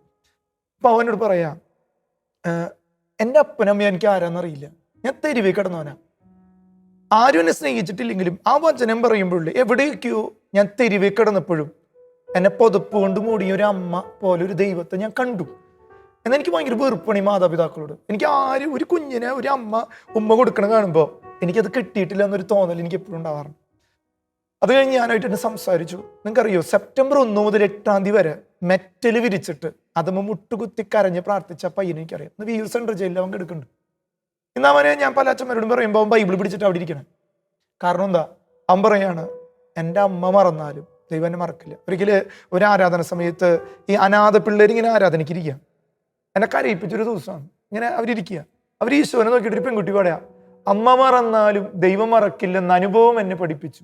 ഞാൻ ആ കൊച്ചിനോട് ചോദിച്ചു, ഇതിങ്ങനെ കൊച്ചിന് പാടാൻ പറ്റുമെന്ന് ചോദിച്ചു, കാരണം നിന്റെ അപ്പനമ്മ ആരാന്നറിയില്ല. അപ്പൊ അവള് പറയാ, ആ പെൺകുട്ടിയോട് പറഞ്ഞ, അച്ഛാ എൻ്റെ അപ്പനമ്മ മറന്നാലും ഈ അച്ഛനും സിസ്റ്റർക്കും എന്നെ പൊന്നുപോലെ നോക്കണല്ലേ, അപ്പനും അമ്മയും പോലെ. അങ്ങനെ ഇവരെ സെമിനാരിലും മഠത്തിലേക്കും ചേർത്തത് ആ ദൈവം തന്നെയല്ലേ. അപ്പൊ ആ അനാഥ കൊച്ചിനിൽ നിന്നും കേട്ടതാ തന്നെയാണ്. ഞാൻ അനിയത്തോട് ഒരു കാര്യം മാത്രം ചോദിക്കുകയാണ്, ജീവിതത്തിൽ ഇതിലേക്ക് വന്നപ്പോൾ ശരിക്കൊരു ആരും പിന്നെ വിശ്വസിക്കില്ല നമ്മൾ. ശരിക്കും അപ്പോഴാണ് നമുക്ക് ഉണ്ടാവുന്ന ഏറ്റവും വലിയ കോൺട്രഡിക്ഷൻ ജീവിതത്തിൽ. നമ്മൾ ഈശോയ്ക്ക് വേണ്ടി ജീവിക്കും തുടങ്ങുമ്പോൾ ചോദിക്കും, അവളല്ലേ, അവളെനിക്കറിയാം, അവനല്ലേ. ഞാൻ സെമിനാരി ചേർന്നപ്പോഴും എൻ്റെ കൂട്ടുകാരോട് ചോദിച്ചു, നീയാണോ അച്ഛനാവണേ, നിനക്കാണോ പറ്റണേ? അങ്ങനെ ചോദ്യം വിവരിക്കേണ്ടി വന്നിട്ടുണ്ട്. തീർച്ചയായിട്ടും. ഇപ്പൊ എന്നെ ഈ ഈശോയെ അറിഞ്ഞതിന് ശേഷം എന്നെ കണ്ടവരൊക്കെ കൂടുതൽ അതിന് മുന്നേ എന്നെ അറിഞ്ഞിട്ടുള്ളവർ ചോദിച്ചിട്ടുണ്ട്, എങ്ങനെ പറ്റുന്നേ. ശരിക്കും എനിക്ക് തോന്നിയിട്ടുള്ള ഒരു കാര്യം എന്ന് വെച്ചാൽ, ഈശോയുടെ കൂടെ കൂടുമ്പോൾ നമ്മൾ കുറെ കൂടെ ബെറ്റർ പേഴ്സൺ ആക്കാൻ അത് സഹായിക്കും. നമ്മുടെ കുറവുകൾ തിരിച്ചറിഞ്ഞു. ഇപ്പൊ എനിക്കൊരു ഷോർട്ട് കം ഉണ്ടെങ്കിൽ അതെനിക്ക് പറ്റാത്തൊരു കാര്യമാണെങ്കിൽ ഈശോയുടെ കൈ പിടിക്കുമ്പോൾ വിധിക്കാതെ നോക്കും. കാരണം നമ്മളും മുമ്പ് അതുപോലെ ഒരു സാഹചര്യത്തിലാണ് കടന്നുപോയത്. അവരിപ്പോ ആ സാഹചര്യത്തിലാണ്, നമുക്ക് തിരിച്ചറിവ് കിട്ടി, അവർക്ക് കിട്ടിയില്ല. തീർച്ചയായിട്ടും ഈ കാർലോന്റെ ജീവിതത്തിൽ പറയുന്നുണ്ട്, ഈ കാർലോന്റെ കൂട്ടുകാരന്മാരോട് പലപ്പോഴും അവൻ വാദിക്കാൻ നിൽക്കാറില്ല, സൈലന്റ് ആയിട്ട് പ്രാർത്ഥിക്കുക. ഒരിക്കലും കാറ്റഗറിസം ക്ലാസ്സിൽ ഒരു ചോദ്യം വന്നു, എബോഷൻ ചെയ്യണോ വേണ്ടേ എന്നൊരു ചോദ്യം. നമുക്കറിയാം വിദേശത്ത് അത് ചിലപ്പോൾ ഒരു തെറ്റായിട്ട് തോന്നുന്നില്ല. അങ്ങനെ ഒരു ചോദ്യം വന്നപ്പോൾ കാർലോ മാത്രമാണ് അതിന് പ്രതികരിച്ചുള്ളൂ. ബാക്കി എല്ലാവരും നടത്തുന്നതിൽ എന്ത് തെറ്റുള്ളൂ എന്ന് ചോദിച്ചു. കാർലോ പറഞ്ഞു, എൻ്റെ അപ്പനും അമ്മയും അത് ചെയ്യുമായിരുന്നെങ്കിൽ ഇന്ന് ഞാൻ ഈ ലോകത്ത് ജനിക്കില്ല. തീർച്ചയായിട്ടും നമ്മളൊക്കെ അഭിമുഖീകരിക്കുന്നത് ചില സത്യങ്ങൾക്ക് വേണ്ടിയിട്ടാണ്. നാളെ കുറേ നാൾ കഴിയുമ്പോൾ കാർലോയെ പോലെ നമ്മൾ നിൽക്കേണ്ടി വരുന്ന ആ ഉത്തരത്തിന്, ആ ചോദ്യത്തിന് അന്ന് ഉത്തരം കൊടുക്കാൻ പറ്റിയില്ലെങ്കിലും പിന്നീട് ഉത്തരം തരും. തീർച്ചയായിട്ടും അനീറ്റയുടെ ജീവിതത്തിൽ ആ വേദനയുടെ നടുവിൽ ഇതുപോലെ ഒത്തിരി പേരുണ്ട് കേട്ടോ, ഈ ലോകത്ത് ഒത്തിരി പേരുണ്ട്. എൻ്റെ മുൻ ഞാൻ കണ്ടുമുട്ടിയിട്ടുണ്ട് ഒത്തിരി പേര്. എന്നാൽ ദൈവത്തിൻ്റെ സ്നേഹം ഈ മനുഷ്യർ തന്നെ നിങ്ങളപ്പുറമാണ്. അത് തീർച്ചയായിട്ടും അനീറ്റയ്ക്കും അനീറ്റയുടെ കുടുംബത്തിനും ഇപ്പോൾ അനുഭവിക്കുന്നുണ്ട്. തീർച്ചയായിട്ടും അതിന് ദൈവത്തിന് നന്ദി പറയാം. തീർച്ചയായിട്ടും ഈ ഒരു വാക്കുകൾക്ക് പ്രത്യേകം ഞാൻ നന്ദി പറയുന്നു. ദൈവത്തിൻ്റെ വലിയ കൃപ നമ്മളുടെ ജീവിതത്തിൽ ഇനിയും ഒഴുകും. ഈശോയുടെ ഏറ്റവും സ്നേഹം നമ്മളിലേക്ക് ഒഴുകുന്നത് നമ്മുടെയൊക്കെ ജീവിതത്തിൻ്റെ വിളി തിരിച്ചറിയുമ്പോൾ. പൗലോസ് പറയുന്നുണ്ട്, നീ വിളിക്കപ്പെട്ട വ്യക്തിയാണെങ്കിൽ വിളിക്കനുസരിച്ച് ജീവിക്കാം. കാർലോന്റെ ജീവിതം എന്നെ ഒത്തിരി പഠിപ്പിച്ചൊരു കാര്യമുണ്ട്. കാർലോന്റെ അപ്പനും അമ്മയ്ക്കൊന്നും വലിയ വിശ്വാസമൊന്നും ഉണ്ടായിരുന്നില്ല. അദ്ദേഹത്തിന്റെ ചരിത്രം പഠിക്കുമ്പോൾ അപ്പനും അമ്മയ്ക്ക് വലിയ വിശ്വാസമൊന്നും ഉണ്ടായിരുന്നില്ല. അമ്മ പറയുന്നത് ഇങ്ങനെയാണ്, ഞാൻ മാമോദീസയ്ക്ക് പള്ളിയിൽ പോയിട്ടുണ്ട്, എൻ്റെ ആദ്യ കുർബാന സ്വീകരണം സൈറലേപനത്തിന് ഞാൻ പള്ളിയിൽ പോയിട്ടുണ്ട്, പിന്നെ ഞാൻ വിവാഹത്തിനാണ് പോയത്, പിന്നെ എൻ്റെ മകൻ്റെ മാമോദീസയ്ക്ക് പോയിട്ടുണ്ട്. അല്ലാതെ ഞാൻ എന്നും പള്ളിയിൽ പോകുന്നൊരു വ്യക്തിയല്ലായിരുന്നു. സ്നേഹമുള്ളവരെ, ആ അമ്മ പറയുകയാണ്, ഈ മകൻ, ഈ യുവാവ്, ഈ ബാല്യം എന്നെ പഠിപ്പിച്ചത് ദൈവം എന്ന സത്യം കുർബാനയിൽ എഴുന്നള്ളിയിരിക്കും. അതുകൊണ്ട് കാർലോ പറഞ്ഞ, എനിക്ക് സ്വർഗത്തിലേക്കുള്ള രാജ്യവീതിയാണ് വിശുദ്ധ കുർബാന. തീർച്ചയായിട്ടും ഇനി ഞാൻ നിങ്ങളുടെ മുന്നിൽ പരിചയപ്പെടുത്തുന്നത് അനീഷയാണ്, അനീഷ ആന്റണി. ഞാൻ എൻ്റെ റീജൻസി കാലം മുതൽ കണ്ടിട്ടുള്ളൊരു മകളാണ്. തൃശ്ശൂരുകാരിയാണ്. ഇപ്പോൾ വിമല കോളേജിൽ ഡിഗ്രി ഇംഗ്ലീഷ് പഠിച്ചുകൊണ്ടിരിക്കുന്നു. പ്രത്യേകിച്ച് അനീഷയുടെ കുടുംബം എനിക്ക് ഏറ്റവും പ്രിയപ്പെട്ട ഒരു കുടുംബമാണ്. അനുജനെ ഞാൻ ബൈബിൾ ഗ്രാമം വചനം പഠിപ്പിക്കാനായിട്ട് ജെറുസലേം വചന കൂടാരത്തിൽ ശുശ്രൂഷയുമുണ്ടായിരുന്നു. അനീഷ എന്നും ഈശോയ്ക്ക് ഒരു പ്രാധാന്യം കൊടുക്കാൻ ഈശോ ഒത്തിരി കൃപാമകൾ കൊടുത്തിട്ടുണ്ട്. പഠിച്ചതിലെല്ലാം ഫുൾ എ പ്ലസ് മേടിച്ച വ്യക്തിയാണ്. അങ്ങനെ +2 കഴിഞ്ഞ് ഫുൾ എ പ്ലസ് മേടിച്ച കാലത്ത് അവളുടെ വിളി എന്താണെന്ന് തിരിച്ചറിയാൻ 1 വർഷം ഒരു കമ്മിറ്റ്മെന്റ് എടുത്തു. വേറെ ഒന്നും പഠിക്കാൻ പോയില്ല. ഫുൾ ടൈം ഈശോയുടെ കൂടിയിരിക്കാനും ഈശോയ്ക്ക് വേണ്ടി എന്തെങ്കിലും ചെയ്യാൻ ആ മകളെടുത്തൊരു കമ്മിറ്റ്മെന്റ്. തീർച്ചയായിട്ടും എല്ലാവരും ചോദിച്ചൊരു ചോദ്യമുണ്ട്, അനീഷെ അങ്ങനെ ഒരു തീരുമാനം ഇപ്പം എടുക്കണോ? 1 വർഷം ഒന്നും ചെയ്യാതെ ആരാധനയ്ക്ക് ഇരിക്കുക, പിന്നെ ഏതെങ്കിലും ധ്യാന കേന്ദ്രത്തിൽ പോയിട്ട് വചനം കേൾക്കുക, വചനം അവരെ സഹായിക്കുക. 1 വർഷം ജെറുസലേം വചന കൂടാരത്തിൽ ശുശ്രൂഷിച്ചൊരു മകളാണ്. തീർച്ചയായിട്ടും ഞാൻ അനീഷയുടെ മുന്നിൽ അതൊക്കെ വലിയ സന്തോഷത്തോടെ ഓർക്കുകയാണ്. കാരണം ദൈവം ഇത്രയും നാൾ എല്ലാം തന്നു, അതിനൊരു നന്ദി പറയാനാണ് നീ 1 വർഷം ഈശോയ്ക്ക് വേണ്ടി കൊടുത്തത്. കൂടെ പഠിച്ചവരിപ്പോൾ സീനിയേഴ്സാണ്, നീ ജൂനിയറായി. ഞാൻ പഠിക്കുന്ന കാലത്ത് പഠിക്കാതെ എൻ്റെ കൂട്ടുകാർ സീനിയറായാലോ. നീ എടുത്തൊരു കമ്മിറ്റ്മെന്റ് നിനക്കെല്ലാം ഉണ്ടായിരുന്നു. നല്ല നല്ല സീറ്റുകളെല്ലാം മേടിക്കുന്ന സമയത്ത് 1 വർഷം ഞാൻ ഈശോടൊപ്പം ഇരിക്കുക എന്നുള്ളൊരു കമ്മിറ്റ്മെന്റ്. അത് ജീസസ് യൂത്ത് മുന്നേറ്റത്തിലും നല്ല ഇതിൽ വരുമ്പോൾ ആൾക്കാർ എടുക്കുന്നൊരു കമ്മിറ്റ്മെന്റാണ്. തീർച്ചയായിട്ടും അങ്ങനെ ഒരു കമ്മിറ്റ്മെന്റേക്ക് എടുക്കുമ്പോൾ ആ ഒരു വൊക്കേഷൻ എന്ന് വെച്ചാൽ ദൈവത്തിൻ്റെ കൂടെ ഇരിക്കുക. അജ്ജന ചേച്ചി, നമുക്കറിയാം കൊച്ചിയിലുള്ള അജ്ജന ചേച്ചി എവിടെ എന്തൊക്കെയും ചെയ്താലും ഈശോയുടെ മുന്നിൽ 1 മണിക്കൂറെങ്കിലും സംസാരിക്കാതെ അജ്ജനയുടെ ജീവിതം ഉണ്ടായിട്ടില്ല. അപ്പോൾ തീർച്ചയായിട്ടും ഞാൻ അനീഷയുടെ മുന്നിൽ ചോദിക്കുകയാണ്, 1 വർഷം ഇരുന്നപ്പോൾ നിന്റെ ജീവിതത്തിലുണ്ടായ കുറേ അനുഭവങ്ങൾ, ഈ കാലഘട്ടങ്ങളിൽ നീ ചെയ്യുന്ന കുറേ ശുശ്രൂഷകളുണ്ട്, ഓൺലൈനിലൂടെയും ഓഫ്ലൈനിലൂടെയൊക്കെ. അതെനിക്ക് കാരണമായത് ചിലപ്പോൾ 1 വർഷത്തെ നിന്റെ ജീവിതത്തിലെടുത്തൊരു കമ്മിറ്റ്മെന്റ് ആയിരിക്കാം. അട്ടപ്പാടിയിൽ നീ പോയിട്ടുണ്ടായിരുന്നു, അവിടെ കുറച്ചാൾ പോയി നിന്ന് പ്രാർത്ഥിച്ചിരുന്നു, എല്ലാം ചെയ്തിരുന്നു. അപ്പോൾ ഞാൻ ചോദിക്കുന്നത്, ഈ കാലഘട്ടത്തിൽ എല്ലാവരും ചോദിക്കും, എന്ത് മണ്ടത്തരമാണ്, അവിടെ പോയിരുന്നിട്ട് എന്ത് കിട്ടാനാണ്? എല്ലാവരും ചോദിക്കുന്നൊരു ചോദ്യമാണ്. ചിലപ്പോൾ അറിവുള്ളവരും ചില സഭയിലെ ചില വ്യക്തികൾ വരെ ചോദിക്കുക, എൻ്റെ മോളെ കുറച്ചുകൂടി കാലം കഴിഞ്ഞിട്ട് മതിയില്ല. അതെനിക്ക് നീ വെല്ലുവിളിയോട് തീരുമാനം എടുത്തിട്ടുണ്ടെങ്കിൽ നിനക്ക് ഈ ഒരു വർഷത്തിന്റെ കാലഘട്ടത്തിൽ നിനക്കുണ്ടായ അനുഭവം, ദൈവവിളി എന്ന് വാക്കല്ല, അതിനേക്കാൾ കൂടുതൽ കൂടിയിരിക്കാൻ പത്രോസിനോട് ചോദിക്കുന്നില്ല Eesho, do you love me, നീ എന്നെ സ്നേഹിക്കുന്നുണ്ടോ? ഇന്ന് എല്ലാവരോടും ചോദിക്കുന്ന ഒരു ചോദ്യമാണ്. എന്നാൽ ഇരിക്കാൻ ആളില്ല എന്നുള്ളതാണ് ഏറ്റവും വലിയ പ്രത്യേകത. അച്ഛൻ ചോദിക്കുകയാണ്, നിനക്ക് ഈ നിന്റെ ജീവിതത്തിൽ ഒരു വൊക്കേഷൻ ആയിരുന്നു, ഒരു വർഷം എല്ലാ മാർക്കും ഇതൊക്കെ തന്ന് കിട്ടിയപ്പോൾ ഞാൻ എന്നോട് ചോദിക്കാം, 10ാം ക്ലാസ് +2 ഫുൾ A+ ആയിരുന്നു അല്ല, ഒത്തിരി സ്വപ്നങ്ങളെക്കാൾ കൂടുതൽ ദൈവത്തിന്റെ കൂടിയിരിക്കുക എന്നുള്ളതാണ്. അപ്പൊ അതിൽ നിന്ന് കിട്ടിയ ഒരു അനുഭവം. അപ്പൊ നിന്റെ വീടിനെ കുറിച്ച് പരിചയപ്പെടുത്താം. അനുജന്മാര് അവരൊക്കെ ഈശോയെ സ്നേഹിക്കുന്നവരാണ്, എല്ലാവരും ഈശോയിലേക്ക് അടുക്കാനാണ്. അതെന്താണെന്നുള്ളൊരു അനുഭവം, നിന്റെ വ്യക്തിപരമായ അനുഭവം. ഒരു വർഷം ഇരുന്നപ്പോൾ അതിനുശേഷം ഉണ്ടായി മാറ്റങ്ങൾ. ഇപ്പൊ നീ കോളേജിൽ പോകുമ്പോൾ പ്രതിസന്ധികളെല്ലാം ഉണ്ടെങ്കിലും ഈശോന്റെ കൂടെ ഉണ്ടെന്നുള്ളൊരു വിശ്വാസം, അതെന്താണെന്നുള്ളൊരു അനുഭവം അനീഷയുടെ വാക്കുകൾ പറയാം. എൻ്റെ വളരെ വിലപ്പെട്ട സമയം തന്നെയായിരുന്നു എൻ്റെ ആദ്യത്തെ ഒരു വർഷം. പലരും ചോദിച്ചിരുന്നു, ടീച്ചേഴ്സ് അടക്കം ചോദിച്ചിരുന്നു, ഇതൊരു മണ്ടത്തരമല്ല അനീഷ്, എക്സാക്ട്ലി നിനക്ക് ഇത്രയും മാർക്ക് ഉണ്ടായിട്ട് ഈ കാലഘട്ടത്തിൽ ഒരിക്കലും ചെയ്യാത്ത മൊത്തം മണ്ടത്തരാണ് നീ ഇപ്പൊ ചെയ്തുകൊണ്ടിരിക്കുന്നത്. പക്ഷെ എനിക്ക് ആദ്യം ഒരു 3 മാസം എന്നായിരുന്നു ഞാൻ വിചാരിച്ചത്. പക്ഷെ എങ്കിൽ പോലും ഞാൻ ദിവസങ്ങൾ അറിഞ്ഞില്ല, ഈശോയുടെ കൂടെയായിരുന്ന ദിവസങ്ങൾ അറിഞ്ഞില്ല. എന്നിട്ട് ആരാധനകൾക്കൊക്കെ ഇരിക്കുമ്പോൾ കൂടുതൽ നേരം ഈശോയോട് കൂടി ആയിരിക്കാൻ പഠിച്ചത് അവിടെ നിന്നായിരുന്നു. ഇത്തിരി നേരം ഒന്നല്ല, ഒത്തിരി നേരം ഈശോയോട് കൂടി ആയിരിക്കുക, ചുമ്മാ ഈശോയെ നോക്കിയിരിക്കുക. എനിക്കിങ്ങനെ ട്രെയിനിങ് എനിക്ക് വീട്ടിൽ നിന്ന് ലഭിച്ചിരുന്നു. കാരണം വളരെ കൊച്ചു ചെറുപ്പത്തിൽ ഒരു 3 വയസ്സിലായപ്പോൾ മുതൽ ഞാൻ സംസാരിക്കുന്നില്ല ആ നിമിഷം വരെ. അപ്പോൾ വീട്ടുകാർക്ക് ഒത്തിരി ഡൗട്ട് ഉണ്ടായിരുന്നു, അവരും ഒത്തിരി വറീഡായിരുന്നു. എങ്കിൽ പോലും ജെറുസലേം ബൈബിൾ ഗ്രാമത്തിൽ വചനം പഠിക്കാൻ അവിടെ നിന്നുള്ള എൻ്റെ ഓരോ ചുവടുവെപ്പും ചെറുപ്പത്തിൽ വചനം പഠിച്ചു. അതൊന്ന് പറഞ്ഞു, ബൈബിൾ ഗ്രാമം എന്ന് പറഞ്ഞ ആ ഒരു ഇത്, നീ വചനം പഠിച്ചൊരു കാര്യം, എത്ര വചനം പഠിച്ചിട്ടുണ്ട് ചെറുപ്പത്തിൽ? എത്ര പ്രായത്തിലാണ് അത് പഠിച്ചത്? അത് 2.5 വയസ്സ് മുതൽ 3.5 വയസ്സുള്ള കാലഘട്ടത്തിലുള്ള കുഞ്ഞുണ്ണികളെയാണ് വചനം പഠിപ്പിക്കുന്നത്. 80 വചനോളം പഠിക്കും. 2.5 വയസ്സ് മുതൽ അപ്പൊ നമുക്ക് സാധിക്കും തീർച്ചയായിട്ടും വചനം പഠിക്കാൻ തന്നെ പറ്റും. വചനം പഠിക്കാൻ. അപ്പൊ ആ സമയങ്ങളിൽ ഞാൻ സംസാരിക്കാത്തത് കൊണ്ട് അത്ര ബ്രില്യൻ്റ് ഒന്നല്ലായിരുന്നു വചനം പഠിക്കാനും കാര്യങ്ങൾക്കൊക്കെ. പക്ഷെ അവിടെ നിന്നുള്ള എൻ്റെ പഠന കാലഘട്ടങ്ങൾ മുഴുവനും അതിനു വേണ്ടിയിട്ടായിരുന്നു. കാരണം വചനങ്ങൾ എഴുതി പഠിക്കാൻ, വചനം പറയാൻ, അതിനുള്ള ഒത്തിരി ധൈര്യം കിട്ടിയിട്ടുണ്ട്. ഒരാളുടെ മുമ്പിൽ സംസാരിക്കാൻ പോലും പറ്റാത്ത എനിക്ക് പല അവസരങ്ങളും അതിനുശേഷം എനിക്ക് ഉണ്ടായിട്ടുണ്ട്. സംസാരിക്കാൻ പേടി കൊണ്ടാണോ? സംസാരിക്കാൻ പേടി കൊണ്ടല്ല, അക്ഷരങ്ങൾ കൂട്ടി പറയാൻ എനിക്ക് പറ്റത്തില്ല, വിക്ക് പോലെ. എന്നാൽ അപ്പൻ അമ്മ എന്നുള്ള വീടുകളിൽ ഒതുക്കുക, കമ്മ്യൂണിക്കേഷൻ എനിക്ക് ഒട്ടും പറ്റില്ലായിരുന്നു. അപ്പോൾ വീട്ടുകാർക്കും പേടിയുണ്ടായിരുന്നു, കാരണം ഞാനാണ് ആദ്യത്തെ വീട്ടിലത്തെ കന്യാപുത്രി. അപ്പോൾ എന്താണ് ഇങ്ങനെയെന്ന്, കാരണം പപ്പയും മമ്മിയും പുറത്തായിരുന്നു. അപ്പൊ വീട്ടിൽ എന്നെ നോക്കിയിരുന്ന അപ്പാപ്പനും അമ്മാമ്മയും, അവരെ സാന്നിധ്യത്തിലാണ് ഇങ്ങനെ ബൈബിളും കാര്യങ്ങളൊക്കെ ആയിട്ട് അടുക്കാൻ നല്ലത്. ധ്യാന കേന്ദ്രത്തിൽ വരാനും ആരാധന പങ്കെടുക്കാനും മുഴുവനായിട്ട് എൻ്റെ കുഞ്ഞുനാൾ മുതൽ ഞാൻ പങ്കെടുത്തിട്ടല്ല, പക്ഷെ അന്തരീക്ഷം ഒത്തിരി സ്വാധീനിച്ചിട്ടുണ്ട് പഠിക്കാനാണെങ്കിലും. അതിനുശേഷം ഞാൻ 10 വർഷത്തിനൊക്കെ ശേഷം ഒത്തിരി ഈശോയ്ക്ക് വേണ്ടി ജീവിതം കാഴ്ചവെക്കാൻ, കാരണം ഞാൻ 8ാം ക്ലാസ് മുതൽ 10ാം ക്ലാസ് വരെ സിവിൽ സർവീസിന് കോച്ചിങ് വരുന്നു. ഒത്തിരി പ്രതീക്ഷയാണ് എനിക്കില്ലെങ്കിൽ പോലും എൻ്റെ വീട്ടുകാർക്കുള്ളത്. അവരെന്നെ കൊണ്ടുവന്ന് വരും. പക്ഷെ ഞാൻ അത് ഉപേക്ഷിച്ചു. 10th എത്തിയപ്പോൾ അല്ലറ ചില്ലറ കാര്യങ്ങൾ പറഞ്ഞ് അത് ഒഴിവാക്കി പോന്നു. +1 +2 കഴിഞ്ഞു. ഒരു വർഷം ഈശോയ്ക്ക് വേണ്ടി എനിക്ക് നഷ്ടപ്പെട്ടൊന്നും ജീവിതത്തിൽ ഒന്നുമില്ല. ആ സമയങ്ങളിൽ പലരും ചോദിച്ചിട്ടുണ്ടായിരുന്നു, എന്തുട്ടാണ് ഈശോ നീ നേടിയത്? അവരോട് പറയാൻ പറ്റാത്ത പലതും ഞാൻ നേടിയിട്ടുണ്ട്. അത് എന്റെ സ്വഭാവത്തിൽ പോലെ എനിക്ക് തോന്നിയിട്ടുണ്ട്. പറയാൻ പറ്റില്ല. ആത്മീയ മേഖലയിലാണെങ്കിൽ ഈശോയുമായി എനിക്ക് ഇങ്ങനെ ഒരു ചിന്ത ഉണ്ടായിരുന്നു, പ്രാർത്ഥിക്കാൻ ഇത്ര സമയം വേണം, ആ സമയം റെഗുലറായി ചെയ്യണം. പക്ഷെ അങ്ങനെ ഇല്ല എന്നുള്ളത് ഞാൻ ആ അവസരങ്ങളാണ് മനസ്സിലാക്കിയത്. ഇപ്പൊ എനിക്കതൊരു പേഴ്സണൽ കോൺവെർസേഷനാ. ഞാൻ ഈശോയോട് ഇന്ന കാര്യങ്ങൾ നടന്നു, ഒത്തിരി സന്തോഷമുള്ള സമയങ്ങൾ പറയും, ദുഃഖങ്ങളുള്ളത് പറയും. എനിക്കൊരു പേഴ്സണൽ കോണ്ടാക്ട് ആണ് എൻ്റെ കുടുംബത്തിനപ്പുറം. കുടുംബത്തിലാണെന്ന് വെച്ചാൽ എനിക്ക് ഈശോയും അത് കഴിഞ്ഞ് കുടുംബമാണ്. കാരണം ഒത്തിരി അറ്റാച്ച്മെന്റ് ആണ് വീട്ടിൽ.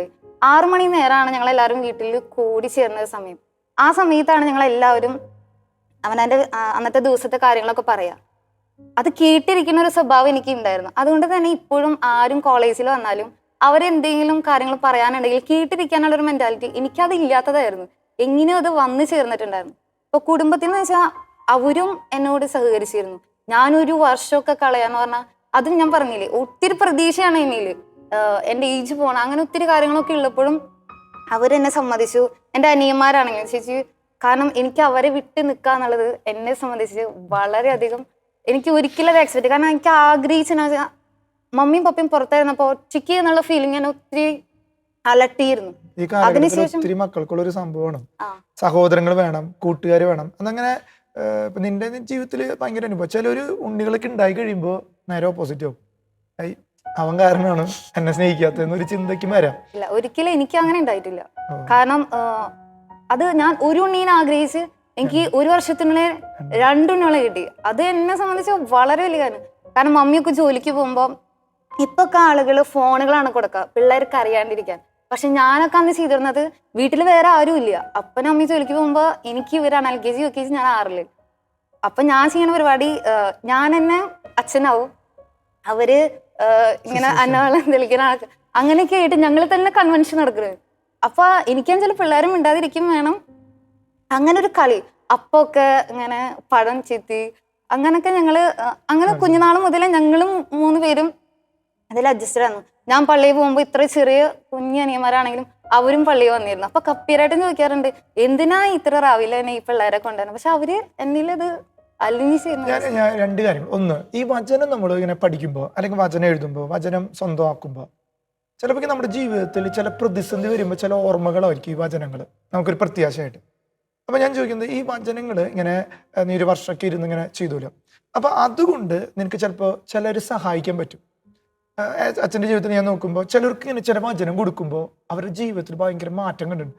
ഒരു മെസ്സേജ് ആയിരിക്കും, അച്ഛാ എനിക്ക് രോഗമുണ്ട്, ഒരു വചനം തരൂ എന്ന് ചോദിക്കും. അപ്പോൾ നമ്മളൊരു വചനം കൊടുക്കും. നമ്മൾ നോക്കുമ്പോൾ വചനമായിട്ട് ആ രോഗിക്ക് വല്ല ബന്ധമുണ്ടോന്നും അറിയില്ല. വചനം കിട്ടുമ്പോൾ അവർ തിരിച്ചു വയ്ക്കും, അച്ഛാ ഈ വചനം വെച്ച് പ്രാർത്ഥിച്ചിട്ട് രോഗസൗഖ്യം കിട്ടി. അങ്ങനെ എന്തെങ്കിലും വചനവുമായി ബന്ധപ്പെട്ട് ചിലപ്പോൾ സുഹൃത്തുക്കളുടെ ഇടയിൽ അല്ലെങ്കിൽ നമ്മുടെ വ്യക്തിപരമായ ജീവിതത്തിൽ വചനം, ഇന്നത്തെ തലമുറ ചോദിക്കും വചനത്തിൽ ഇപ്പം എന്തൊരു ശക്തി, എന്നാൽ വചനം തന്നെ പറയേണ്ട 2 തല വാളിനേക്കാൾ മൂർച്ചയേറതാണ് വചനം. അങ്ങനെ എന്തെങ്കിലും അനുഭവം ഉണ്ടോ? എന്നെ സ്വാധീനിച്ച വചനം തന്നെയാണ് ഹെബ്രായ 4:12. ദൈവത്തിന്റെ വചനം സജീവോർജ്ജസ്വലമാണ്. ഈ ഒരു വർഷക്കാലത്തിലാണ് ഞാൻ ബൈബിൾ വായിക്കാൻ തുടങ്ങിയത്. എൻ്റെ ഒരു ആഗ്രഹമായിരുന്നു ബൈബിൾ മുഴുവൻ വായിച്ച് തീർക്കാന്നുള്ളത്. അപ്പൊ ഈ സമയങ്ങളിൽ ഞാൻ സ്റ്റാർട്ട് ചെയ്തത്. അപ്പോ ഒത്തിരി പേരിങ്ങനെ വരും, റിക്വസ്റ്റുകൾ ഉണ്ടായിരിക്കും, ഓരോരുത്തർ പ്രാർത്ഥന നിയോഗങ്ങൾ.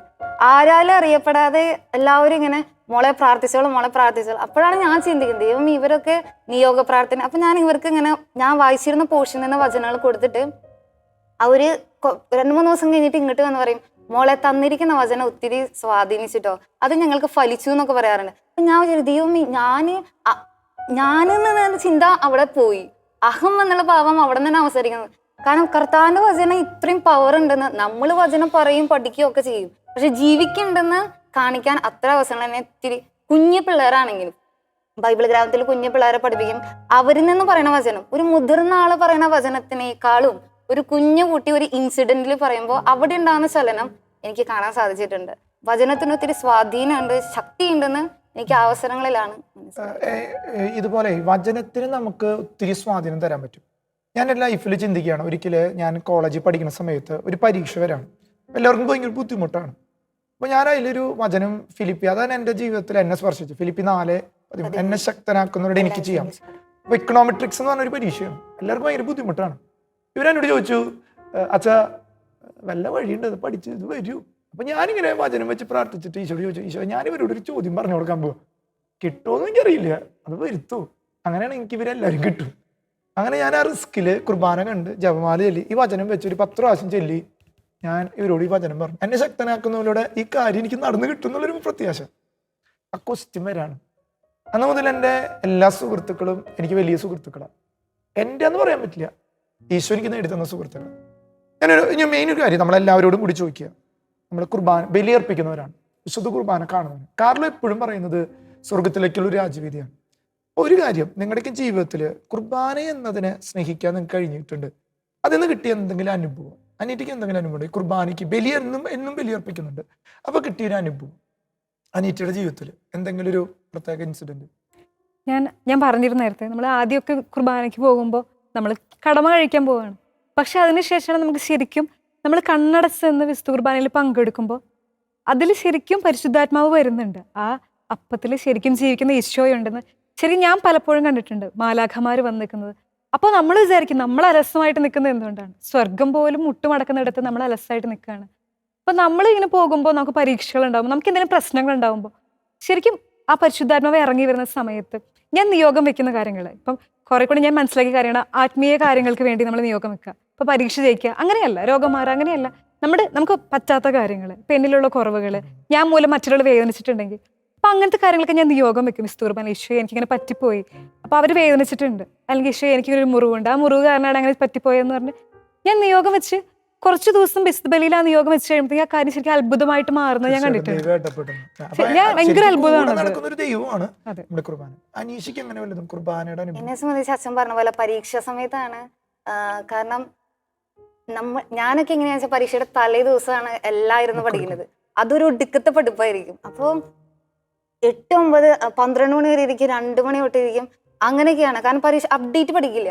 അത് ഞാനിരുന്ന് പഠിക്കുക. പക്ഷെ എൻ്റെ വീട്ടിലൊരു കമ്പൽസറി ഉണ്ട്, എത്ര തന്നെ പരീക്ഷയ്ക്ക് പഠിച്ചിട്ടില്ലെങ്കിൽ പോലും വിശുദ്ധ കുർബാനയ്ക്ക് പോകണത് വളരെ നിർബന്ധമാണ്. കാരണം എൻ്റെ ഓർമ്മയിൽ എനിക്ക് ഇപ്പോഴും അടിയുടെ ഓർമ്മ വിശുദ്ധ കുർബാനയ്ക്ക് പോകാത്തതിനാണ്. പഠിക്കാത്തതിന് എനിക്ക് ഇങ്ങനെ അടി കിട്ടിയതിന്റെ ഓർമ്മയില്ല. അത് എനിക്ക് ഇപ്പോഴും ഫീലിംഗ് ആണ്. അമ്മയുടെ അത്ര അടി കിട്ടിയിട്ടുണ്ട്. ചൂലും കെട്ടുകൊണ്ട് എനിക്ക് കിട്ടിയത് എനിക്ക് ഇപ്പോഴും വളരെ ഓർമ്മയാണ്. അപ്പൊ എനിക്ക് കുർബാനയ്ക്ക് പോകണം. അപ്പൊ കുർബാനയ്ക്ക് പോകുമ്പോൾ എൻ്റെ ഒരു പ്രാർത്ഥന വായിച്ച് എത്തിയിട്ടില്ല ഈശോയെ, അത് എൻ്റെ ഒരു കുറവാണ്, പക്ഷെ ഒന്ന് പറഞ്ഞു തരണേ. പക്ഷെ കുർബാനയ്ക്ക് ശേഷം വന്ന് നമ്മൾ വായിക്കുന്ന പോർഷൻസ് തന്നെ ഇരിക്കും എക്സാമിന് വരാം. അത് എന്നെ ഒത്തിരി സഹായിച്ചു. കാരണം വായിച്ച് എത്തിയിട്ടില്ല, അതും എനിക്ക് ഒന്നും. അതേപോലെ ചില രോഗപ്രശ്നങ്ങളിൽ വരുമ്പോൾ ചില സമയത്ത് എൻ്റെ ബോഡി എത്ര എക്സാമിന്റെ സമയമൊക്കെ ആകുമ്പോഴേക്കും ഇങ്ങനെയൊക്കെ പഠിക്കുന്നതുകൊണ്ടായിരിക്കാം അറിയില്ല, ഒത്തിരി വീക്കായിരിക്കും. അപ്പോൾ പനിയും കാര്യങ്ങളൊക്കെ വന്നിട്ട് കുർബാന പോയതിനു ശേഷം ഒരു ഉണർവാണ്. തീർച്ചയായിട്ടും അത് കഴിഞ്ഞു വരുമ്പോൾ ഒരു പവർ വേറെയാ. ഞാൻ അൻസനിലേക്ക് ഒന്ന് തിരിയാണ്. അൻസന്റെ ജീവിതത്തിൽ നമുക്കറിയാം ബലിയർപ്പണത്തിന് പാട്ടുപാടാന്ന് പറഞ്ഞാൽ വി ആർ ദ ഏഞ്ചൽസ്, മാലാഖമാരാണ്. ശരിക്കും ഞാനും കൊയറിലേക്ക് ഉണ്ടായിരുന്ന സമയത്ത് പാടുമ്പോൾ ശരിക്കും അഗസ്റ്റിനോസ് പറയുന്ന ഒരു വാക്കുണ്ട്, ഒരുവൻ പാടുമ്പോൾ ഒരുവൻ പ്രാർത്ഥിക്കുന്നതിനേക്കാൾ കൂടുതൽ പ്രാർത്ഥിക്കും. ഒരു പ്രാവശ്യം പാടുമ്പോൾ 2 പ്രാവശ്യം പ്രാർത്ഥിക്കും. അപ്പൊ പാടുന്ന സമയത്തേക്ക് ശരീരത്തിലേക്ക് ഒരു എല്ലാ എക്സ്പീരിയൻസ് കിട്ടാറുണ്ട് ചില പാട്ടൊക്കെ പാടുമ്പോൾ. ഞാൻ ആദ്യം തന്നെ പറയണത്, എനിക്ക് തോന്നുന്നു വിശുദ്ധ ബലിയിലേക്ക് എൻ്റെ ആദ്യത്തെ പാട്ട് വരികയാണ്. തിരുവോസ് തിരൂപനായി കെസ്ട്രേട്ടൻ പാടിയ പാട്ടാണ്. നമുക്കറിയാം ഒത്തിരി പാട്ട്. കെസ്ട്രേട്ടൻ പാടിയ പാട്ട് ആദ്യമായിട്ട് എനിക്ക് അത് മനസ്സിലേക്ക് വരുന്നത് ഞാനൊരു വിശുദ്ധ ബലി അർപ്പിക്കാനായിട്ട് പോകുന്ന സമയത്ത് അൾത്താരയുടെ പിന്നിലിരുന്നുകൊണ്ട് എന്നിലേക്ക് വന്നതാണ്. അതായത് തിരുമുറിവിൽ നിന്നൊഴുകും തിരുരക്തത്താൽ എന്നെ കഴുകണമേന്ന് പറഞ്ഞിട്ടുള്ള ഒരു വരി കിട്ടി. ആ വരി കിട്ടിയിട്ട് എനിക്ക് ഭയങ്കര വെപ്രാളായിരുന്നു. ഞാൻ എന്നിട്ട് ആ വിശുദ്ധ ബലി അർപ്പിച്ചപ്പോൾ ആ വിശുദ്ധ ബലിയിൽ നിന്ന് ആ ഒരു വിശുദ്ധ ബലിയിലൂടെ ആ ഒരു ഒറ്റ വിശുദ്ധ ബലിയിൽ ആ ഒരു പാട്ട് മുഴുവൻ എൻ്റെ മനസ്സിലേക്ക് അത് വന്നു. ഞാൻ ആ പാട്ടാണ് കെസ്ട്രേട്ടനെ കൊണ്ട് പാടിപ്പിച്ചത്.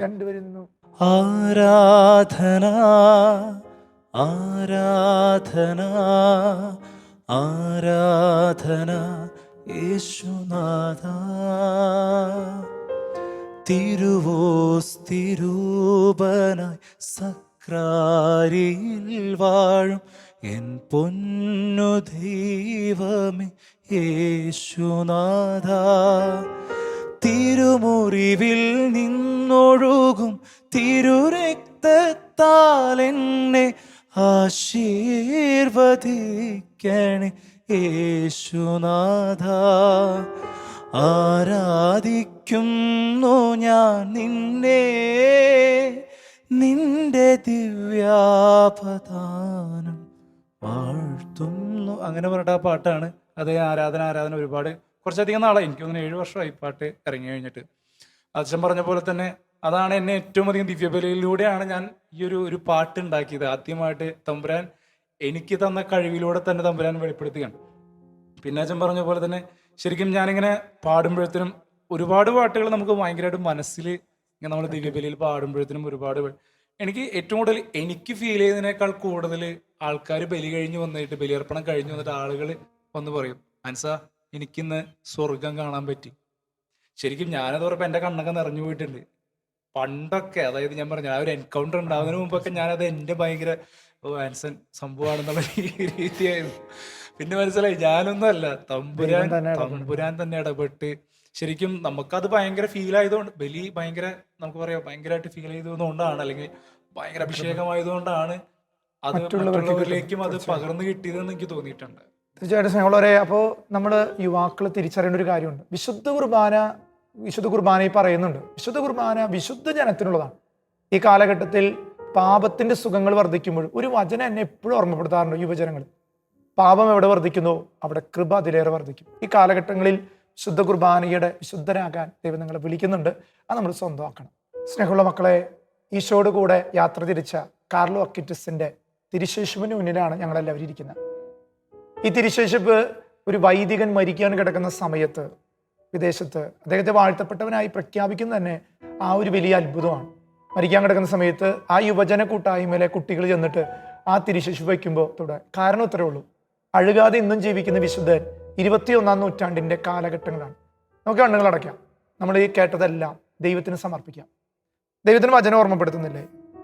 1 യോഹന്നാൻ 2-14 വാക്യം, യുവാക്കന്മാരെ ഞാൻ നിങ്ങൾക്ക് എഴുതുന്നു, നിങ്ങൾ ശക്തന്മാരാണ്, ദൈവത്തിൻ്റെ വചനം നിങ്ങളിൽ വസിക്കുന്നു, നിങ്ങൾ ദുഷ്ടനെ ജയിക്കുക തന്നെ ചെയ്യും.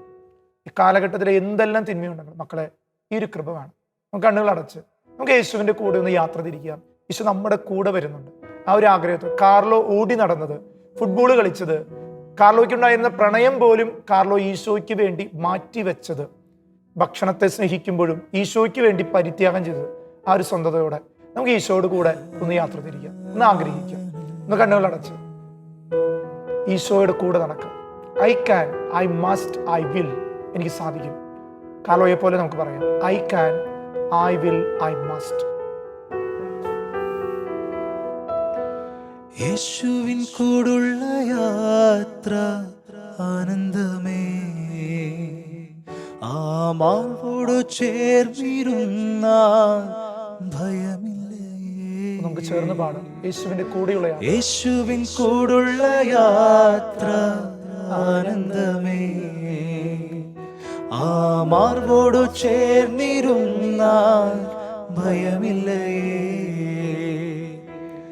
അൻപേറുന്ന കൈകളാൽ അത്ഭുതമായി നടത്തിടും, മാധുര്യമേറും മൊഴികളാൽ തൻ സ്നേഹമെന്നോട് പങ്കുവെക്കും. വിടില്ല ദൈവം, ഒറ്റയ്ക്കു വിടുകയില്ല, തെറ്റെയ്താലും അടുത്തു മാറുകയില്ല, ഒറ്റയ്ക്കു വിടുകയില്ല, മടുത്തു മാറുകയില്ല, മരണം വരെ ദൈവം അന്ത്യം വരെ ആ ചുടുമതി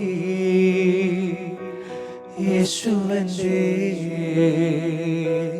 കൂടെ മതി. ആഗ്രഹിച്ചു പാടി എന്റെ ജീവിതത്തിൽ എന്നും അന്ത്യം വരെ ആ ചുടുമതി യേശുവന്റെ കൂടെ മതി. കരങ്ങൾ ഹൃദയത്തോട് ചേർത്ത് വയ്ക്കാം. ഈ കാലഘട്ടത്തിന്റെ പ്രവാചകനാണ് നമ്മൾ. മക്കളെ നമുക്ക് പ്രാർത്ഥിക്കാം. പരിശുദ്ധ അമ്മയെ പോലെ യോഹന്നാനെ നമുക്ക് ഏൽപ്പിച്ചു തന്നിട്ടുണ്ട്. യോഹന്നാൻ പരിശുദ്ധ അമ്മയുടെ കൂടെ നടന്നവൾ. ഇവർ രണ്ടുപേരും ഒരുമിച്ച് നിന്ന് സുവിശേഷ വേല ചെയ്തവർ. ഈ ജപമാല മാസത്തിൽ അമ്മയോട് കൂടെ ഈശോയുടെ കരം പിടിക്കാൻ നിങ്ങളെയും ദൈവം ക്ഷണിക്കുക. നമുക്ക് ഈ സമയം കാർലോ അക്വിറ്റസിന്റെ ഒരു മധ്യസ്ഥം യാചിച്ചുകൊണ്ട് ഈ ശുശ്രൂഷയ്ക്ക് വേണ്ടി പ്രാർത്ഥിക്കാം. നിങ്ങളെല്ലാവരും ഏറ്റുചൊല്ലുക. അച്ഛനെ ഏറ്റുചൊല്ലി തരുന്ന പ്രാർത്ഥന നമ്മൾ ഏറ്റുചൊല്ലി പ്രാർത്ഥിക്കുകയാണ്. സ്നേഹപിതാവായ ദൈവമേ, സ്നേഹപിതാവായ ദൈവമേ, യുവജനങ്ങൾക്ക് മാതൃകയും ദിവ്യകാരുണ്യ ഭക്തിയിലൂടെ സ്വർഗത്തിലേക്ക് രാജവീതി ചൂണ്ടിക്കാണിച്ചു തന്ന വാഴ്ത്തപ്പെട്ട കാർലോയെ ഞങ്ങൾക്ക് സമ്മാനിച്ചതിന് ഞങ്ങൾ നന്ദി പറയുന്നു. ദിവ്യകാരുണ്യ അത്ഭുതങ്ങളുടെ സൈബർ പ്രദർശനം നിർമ്മിച്ച് കാലഘട്ടത്തിന്റെ അപ്പസ്തോലനായി തിരുസഭയെ സ്നേഹിച്ച കാർലോയെ പോലെ ഞങ്ങളെയും വിശുദ്ധിയിൽ വളർത്തണമേ. പരിശുദ്ധ അമ്മയോടുള്ള സ്നേഹത്താൽ ജപമാല കരങ്ങളിലെടുത്ത് മാതൃഭക്തിയിൽ വളരുവാൻ ഞങ്ങളെ സഹായിക്കണമേ. മാതാപിതാക്കൾക്ക് ആശാകേന്ദ്രവും സുഹൃത്തുക്കൾക്ക് ആത്മമിത്രമാകുവാൻ വാഴ്ത്തപ്പെട്ട കാർലോയെ സഹായിച്ച ദൈവമേ, ഞങ്ങളും സ്നേഹബന്ധങ്ങളെ ക്രിസ്തുവിൽ നവീകരിക്കണമേ. നവമാധ്യമങ്ങളെ സുവിശേഷവൽക്കരണത്തിനായി വിശുദ്ധിയോടെ ഉപയോഗിക്കാനുള്ള കൃപയ്ക്കായി ഞങ്ങൾ പ്രാർത്ഥിക്കുന്നു. ഞങ്ങളുടെ പ്രാർത്ഥനകൾ പ്രത്യേകമായി നിങ്ങളുടെ വ്യക്തിപരമായ ആവശ്യങ്ങൾ ഒരു നിമിഷം സമർപ്പിച്ച് പ്രാർത്ഥിക്കുക. ഈ പ്രാർത്ഥനയോടെ ഞങ്ങളുടെ നിയോഗങ്ങൾ ദൈവസന്നിധിയിൽ വാഴ്ത്തപ്പെട്ട കാർലോ വഴി ഞങ്ങൾ സമർപ്പിക്കുന്നു. ആമേൻ. ഈശോയിൽ ഏറ്റവും സ്നേഹമുള്ളവരെ, ഇത്രയും സമയം നമ്മൾ ഒരുമിച്ച് പ്രാർത്ഥിക്കുകയായിരുന്നു, ഈശോയോട് കൂടെ യാത്ര തിരിക്കുകയായിരുന്നു. നിങ്ങളെയും 22-ാം നൂറ്റാണ്ടിൻ്റെ വിശുദ്ധരാകാൻ ഞങ്ങൾ ക്ഷണിക്കുകയാണ്. വിശുദ്ധ കുർബാന കണ്ട് ജീൻസ് ധരിച്ച് കൂളിംഗ് ഗ്ലാസ് വെച്ച് കോളേജിൽ അടിച്ചു പൊളിച്ച് കർത്താവിന് വേണ്ടി കുമ്പസാരക്കൂട്ടിൽ അനുദപിച്ച് പ്രാർത്ഥിച്ച് ഏറ്റവും വിശുദ്ധിയോടെ കാലഘട്ടത്തിലെ ഒന്നും മാറ്റാതെ തന്നെ എല്ലാം വിശുദ്ധിക്ക് വേണ്ടി ഉപയോഗിച്ച് നിങ്ങളെയും ഞങ്ങളുടെ കൊച്ചു കൂട്ടത്തിലേക്ക് ക്ഷണിക്കുകയാണ്. അതുകൊണ്ട് ഈ കാർലോ അക്വിറ്റസിനെ പോലെ ഈ നൂറ്റാണ്ടിന് വിശുദ്ധനാകാൻ ദൈവം നിങ്ങളെ അനുഗ്രഹിക്കട്ടെ.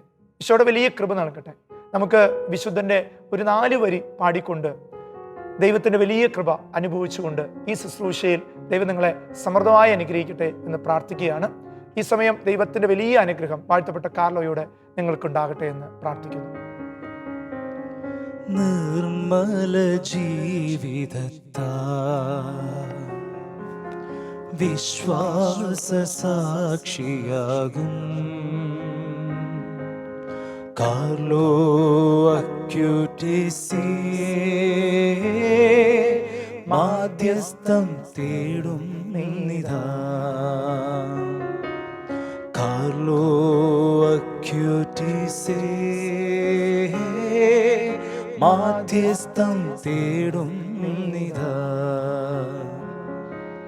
പ്രാർത്ഥിക്കാൻ ഞങ്ങൾക്കായെന്നും എന്നെന്നും കാർലോ അക്യൂറ്റിസേ.